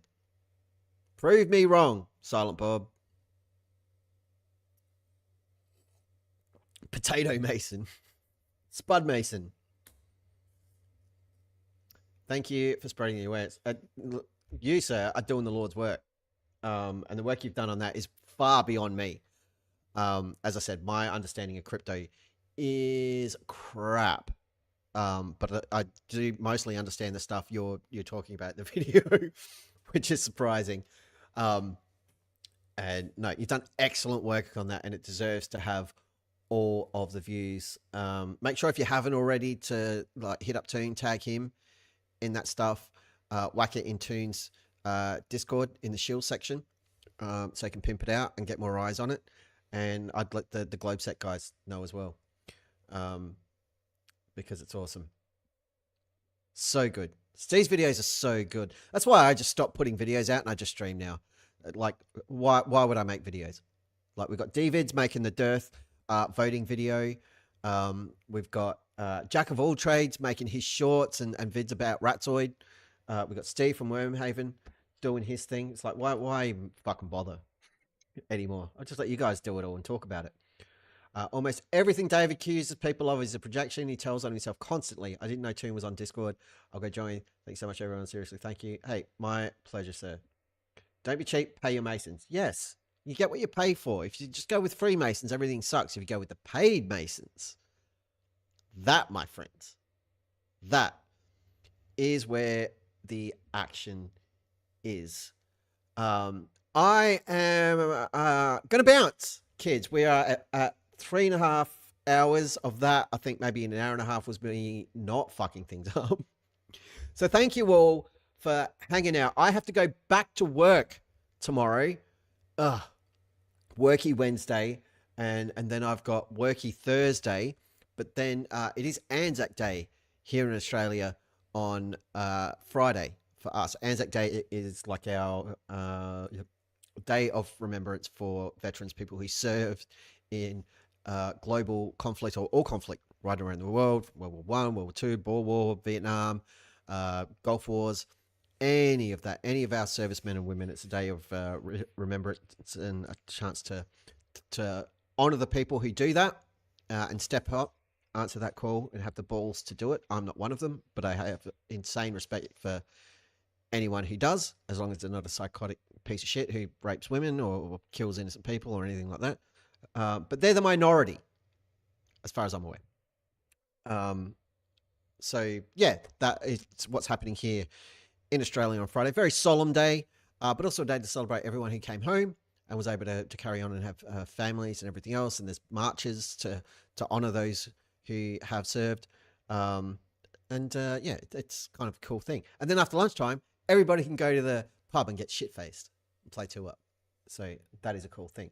But spare a thought on Friday for all the Australians who went overseas, generally to serve England more than anything, to fight and die for reasons. It's a crazy thing and super brave and very, very cool. That being said, I'm probably going to stream on Friday during the day because I can. It'll be earlier than tonight, probably like, let's say 9 o'clock, 9:30 my time, bit earlier in case other people want to kick off. Actually, no, I'm absolutely lying.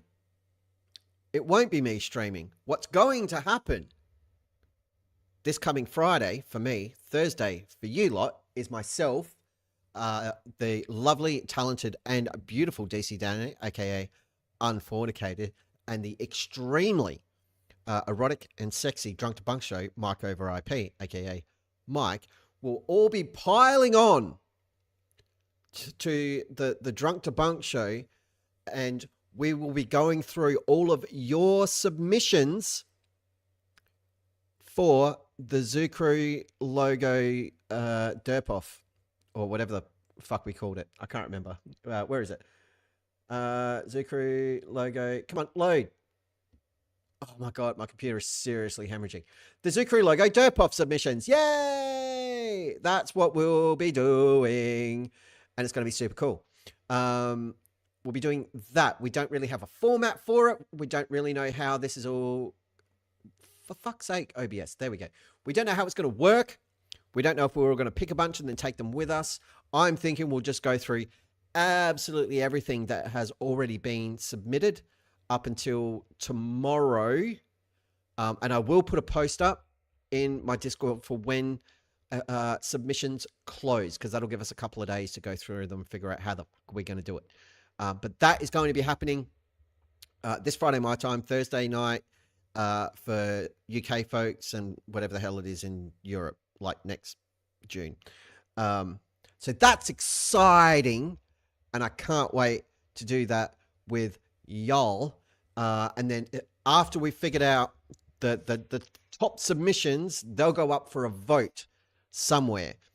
So that vote will either happen, I'd say probably in my Discord, or we might do it over in Mike's Discord to get everybody over there. I think that'd be cool. And that'll be where you vote for each submission. How you vote, I'm not sure. Maybe we'll go with reactions on Discord, like give it a thumbs up, or a certain emoji means a certain thing.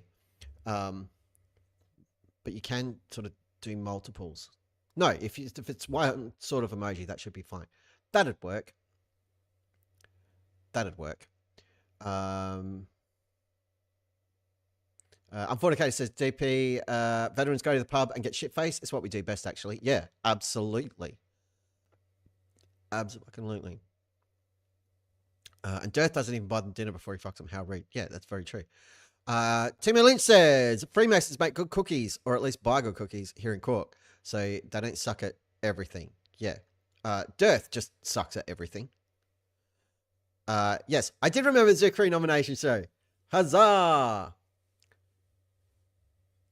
Shifty Shadies. Work Wednesday. It's only Tuesday in America. Crazy future Australians. Yeah, I mean, I paid good money for this TARDIS, Shady. I'm going to use it. At some point, we're going to talk about Doctor Who. If you're not a Doctor Who fan, I can sort your life out. Doctor Who's great. And I'm liking the new one. I have a US Navy Hawaiian shirt I'll wear for Anzac stream just for you. Beautiful. Love it. I have like nothing military or military adjacent because it would be extremely fucking disrespectful for me to be that presumptuous. Not a thing. But I will wear my oversized... dude, Dan, Hawaiian shirt stream. We got to let Mike know. Hawaiian shirts. And all of you, for the nomination show, Hawaiian shirts, please. Hawaiian shirts, mandatory. Pants, as always, optional. But Hawaiian shirts, absolutely mandatory. I agree. Stop the stupidity. Thank you, veterans, for being awesome. Everything is oversized on me. Yeah, it is. That's what she said. As I said before, in Mike's chat, because I said before I was going to go to the bathroom. I didn't go. I just made a coffee and came back because the song was ending. I didn't go to the bathroom because the doctor said I shouldn't lift anything heavy. Anyway.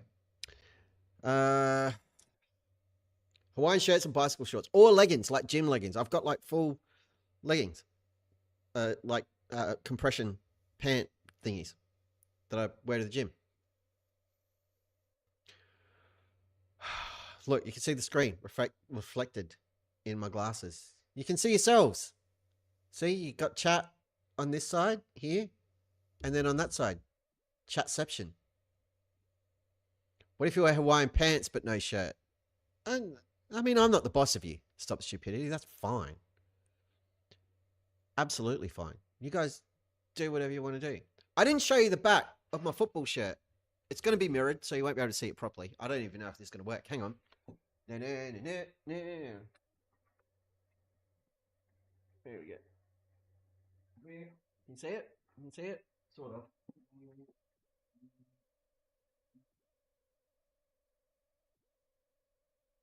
The number 28. That is. It says Old Mate DP on the back. That's me. I'm your Old Mate DP. And now I'm wearing sunglasses inside, and none of you can stop me. Satan needs a voice. I'm working on a Satan voice. That is a thing that is going to exist at some point, so we can talk to Satan. Translation, I need to get like a Go XLR or some sort of mixing desk where I can do the voice and have like creepy Satan voice. And then I've just got to be able to cover my mouth when Satan speaks. So I'll just be like, Satan, you got anything to say? And he'll be all like, Satan. And then you guys won't even know. It'll be perfect. Production value is what we're talking about. Older Baron, want to make a person in Hawaii happy, call it aloha wear. That's what Hawaiian shirts are called. Aloha wear. I'm writing it down. So not Hawaiian shirt stream, Dan. The aloha wear stream. The aloha wear. Aloha wear. Zucru logo DERPUNKER nomination show proudly presented by Penguin Sandwiches and Factor. Has everybody here heard of Factor? Have you heard of Factor? Here's a little commercial for Factor in case you're not aware of Factor. Have you ever loved a meal so much that you sit at your kitchen table and rub your nipples while you eat it? Well, that's what it's like to eat Factor. There you go, Factor for all your dietary needs.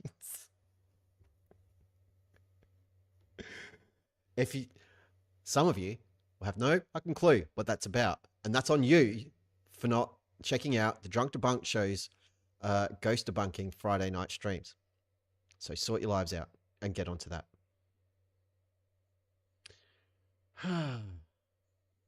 Oh, was it doing the echo? Sorry. Let me try that again, because I just want to play it again, because I love it so much. Have you ever loved a meal so much that you sit at your kitchen table and rub your nipples while you eat it? Well, that's what it's like to eat Factor.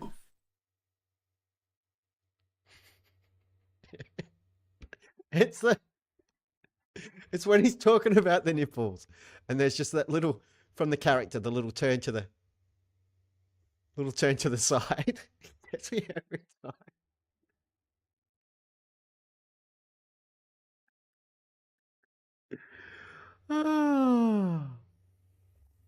Oh man, can you upload that to Discord? I need it. I've got it. It's up there somewhere, either in mine or Mike's Discord. It's floating around. I'll just send it to you, Steve, because you're on my Discord now, aren't you? Yeah, you're in the Debunkatorium.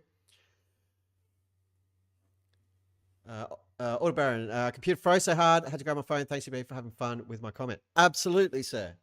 Not even fun. Respect. Mad respect for our Hawaiian brothers and sisters. Absolutely.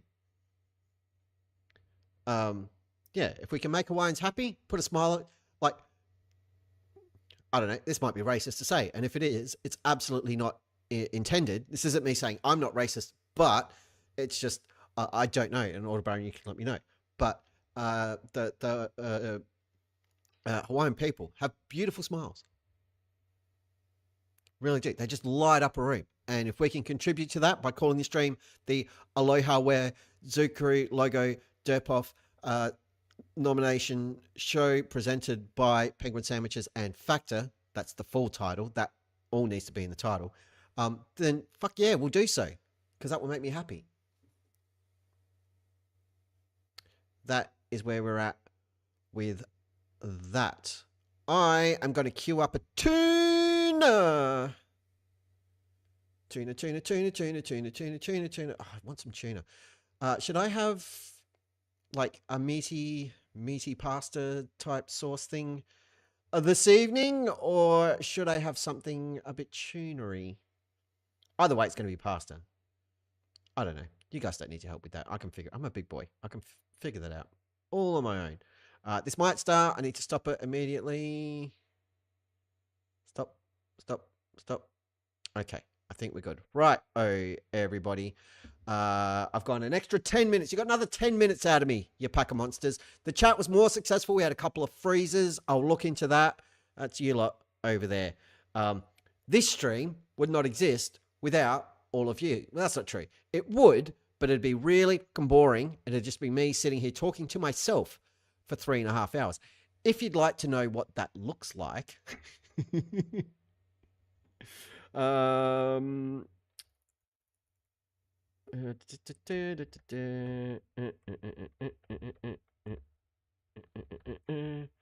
this gonna work? Is this a thing? Will it find it? We did find it. I'm going to share something with all of you that I shouldn't share, because you'll be like, what the fuck is this?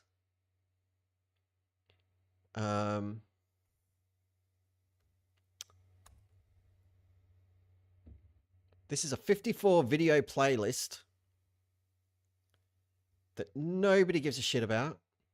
Although some of these videos have like 50 views, and then the further you get in, the less people care. It went on for way too long. Over 50 episodes of a oh, the chat's frozen again.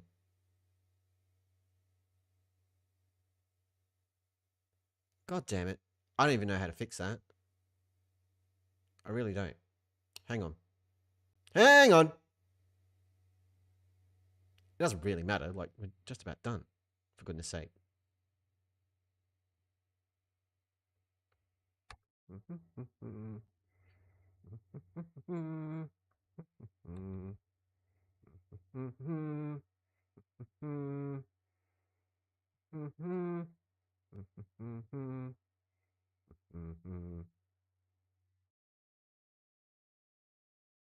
Hey, we're back. Oh. There we go. Should be behaving again. Sorry, everybody. Go the whole hog. And Aloha wear shirt, Aloha wear pizza, and the Aloha wear 550 theme playing in the back. We can't use the Hawaii 550 theme. Chris Gemstow, Doctor Who, big fan. Don't have a Aloha wear shirt. Guess I'll get one. New rule in the chat: no more H-word shirts. It's Aloha wear for Alder Baron. Mandated. It is law. Aloha wear. Because we are culturally respectful around these parts. What the f was I doing? I've queued up the thing. Oh my God. I was talking about something. Anyone remember? Anybody remember? Oh, yes. Thank you, Pigfish. I'm putting it in the chat. That's what I was doing. This is my old channel. And this is a playlist that you can check out. Now, the story behind the save, really quickly, it went on for way too long. Yes, it did. It didn't. It really didn't. It didn't take as long as it should have because I got a bit carried away and I got silly with it. So years ago, I did a save on Football Manager called The Wizard of Oz. AUS. The idea being I start managing a team here in Australia in the A-League, which is a terrible, terrible football league. And the goal of the save is to wind up winning like the biggest prize in club football, basically, which is the European Champions League. And you can go anywhere in the world, but it has to be like realistic decisions. So would I go from a club earning like $1,500 a week and winning championships to managing a tiny little club in Indonesia, for example, where I'm getting paid $250 a week and living in a shoebox? No, I wouldn't do that. So that's the idea behind the save. So you can go, well, globetrotting. And one of the moves I made was that I wound up in Italy managing Palermo, which I thought would be a really, really good career move. And it wasn't. It was an absolute disaster. And I had to leave that club before I got fired because shit went really sideways really, really fast. And there was no money to be spent. I couldn't buy good players. It really didn't go well. So the idea that I had was I'll go back to Palermo and try to put that right and try to fix it. So that was the story behind the thing. You can tell as you go through the series, I get a bit lazier with how I'm putting the videos together and everything. But I think it's super, super fun. So I put the link in the chat. Feel free to go and check that out. Don't worry about subscribing or anything else because there'll be nothing new going up there unless I play some Deadpool FC again. That's what made me think of mentioning that. So just for you guys in the chat, that link is there. Feel free to use it or not use it. And on that channel, the Deadpool_2028 channel, there's some other stuff as well. I did a 12 days of a Christmas save around Christmas time, which is pretty fun, where I managed Santa Claus FC. And then there's search bar roulette, where I just put random words into the search bar in Football Manager 2024 and looked at the search results that came out of the game engine. You can go all the way back to the Wizard of Oz. It is there, kind of, but not all of it, because that thing took me about 7 months to play through in multiple Twitch streams, and there were like hundreds and hundreds of hours to get through. So I started consolidating everything and then just gave up. So Big Fish is there. I'll give it a look because I follow Leluge and Zealand. Very cool. Leluge's great. I haven't watched any Football Manager content for a long time, but Leluge is the reason I started streaming Football Manager. Mr. Kevin Chapman, because I think he's a good dude and he made me laugh. What was the save that really sucked me into Kev's stuff? Back in the Borough. Big Fish. Back in the Borough. Enoch Nuhu. Hell yeah. Shifty Eye Shady says, there is a deer looking at me while I smoke a joint. You're living the dream, sir. You really are. It's amazing. Anyway, enough of all that crap. I am going to let the song that was suggested by Joe Black play us out. I am prepared for it to derp out at the end. I may not play the whole, I'll just play the whole thing, but we'll do the countdown and then we'll go to the normal screen. I'll let the song play and then we'll get out of here. Thank you everybody for hanging out with your old mate DP here in the Debunkatorium. It's, as always, an honor and a privilege to sit here and make a dick of myself for your enjoyment.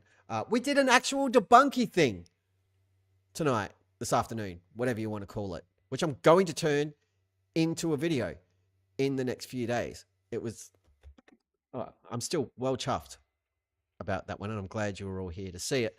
Anyway, have a fantastic evening, morning, lunchtime, brunch, whatever it is, in your neck of the woods. I love you all, and yeah, be excellent to each other. Until next time, I shall see you next time. Be good, and if you can't be good, please, please, please, please, please, please, don't get caught.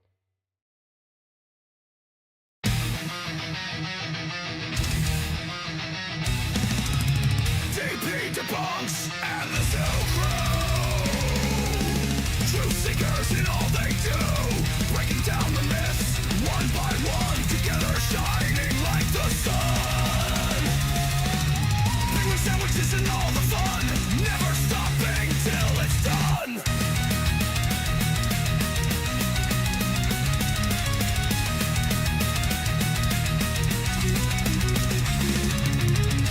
Marching forward side by side,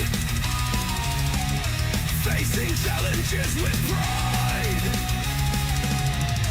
In their quest they never hide, with courage they will abide.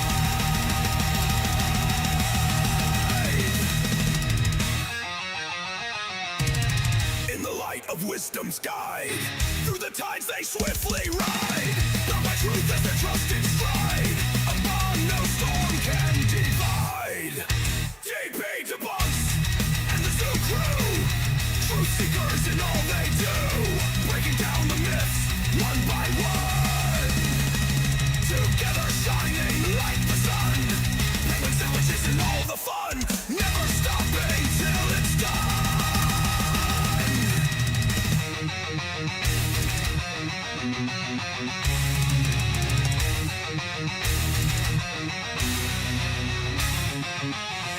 Through the echoes of the past, their legacy will forever last. In unity their voices cast, a harmonious chorus vast. DP Debunks and the Zoo Crew, truth seekers in all they do, breaking down the myths one by one, together shining like the sun. Penguin sandwiches and all the fun, never stopping done.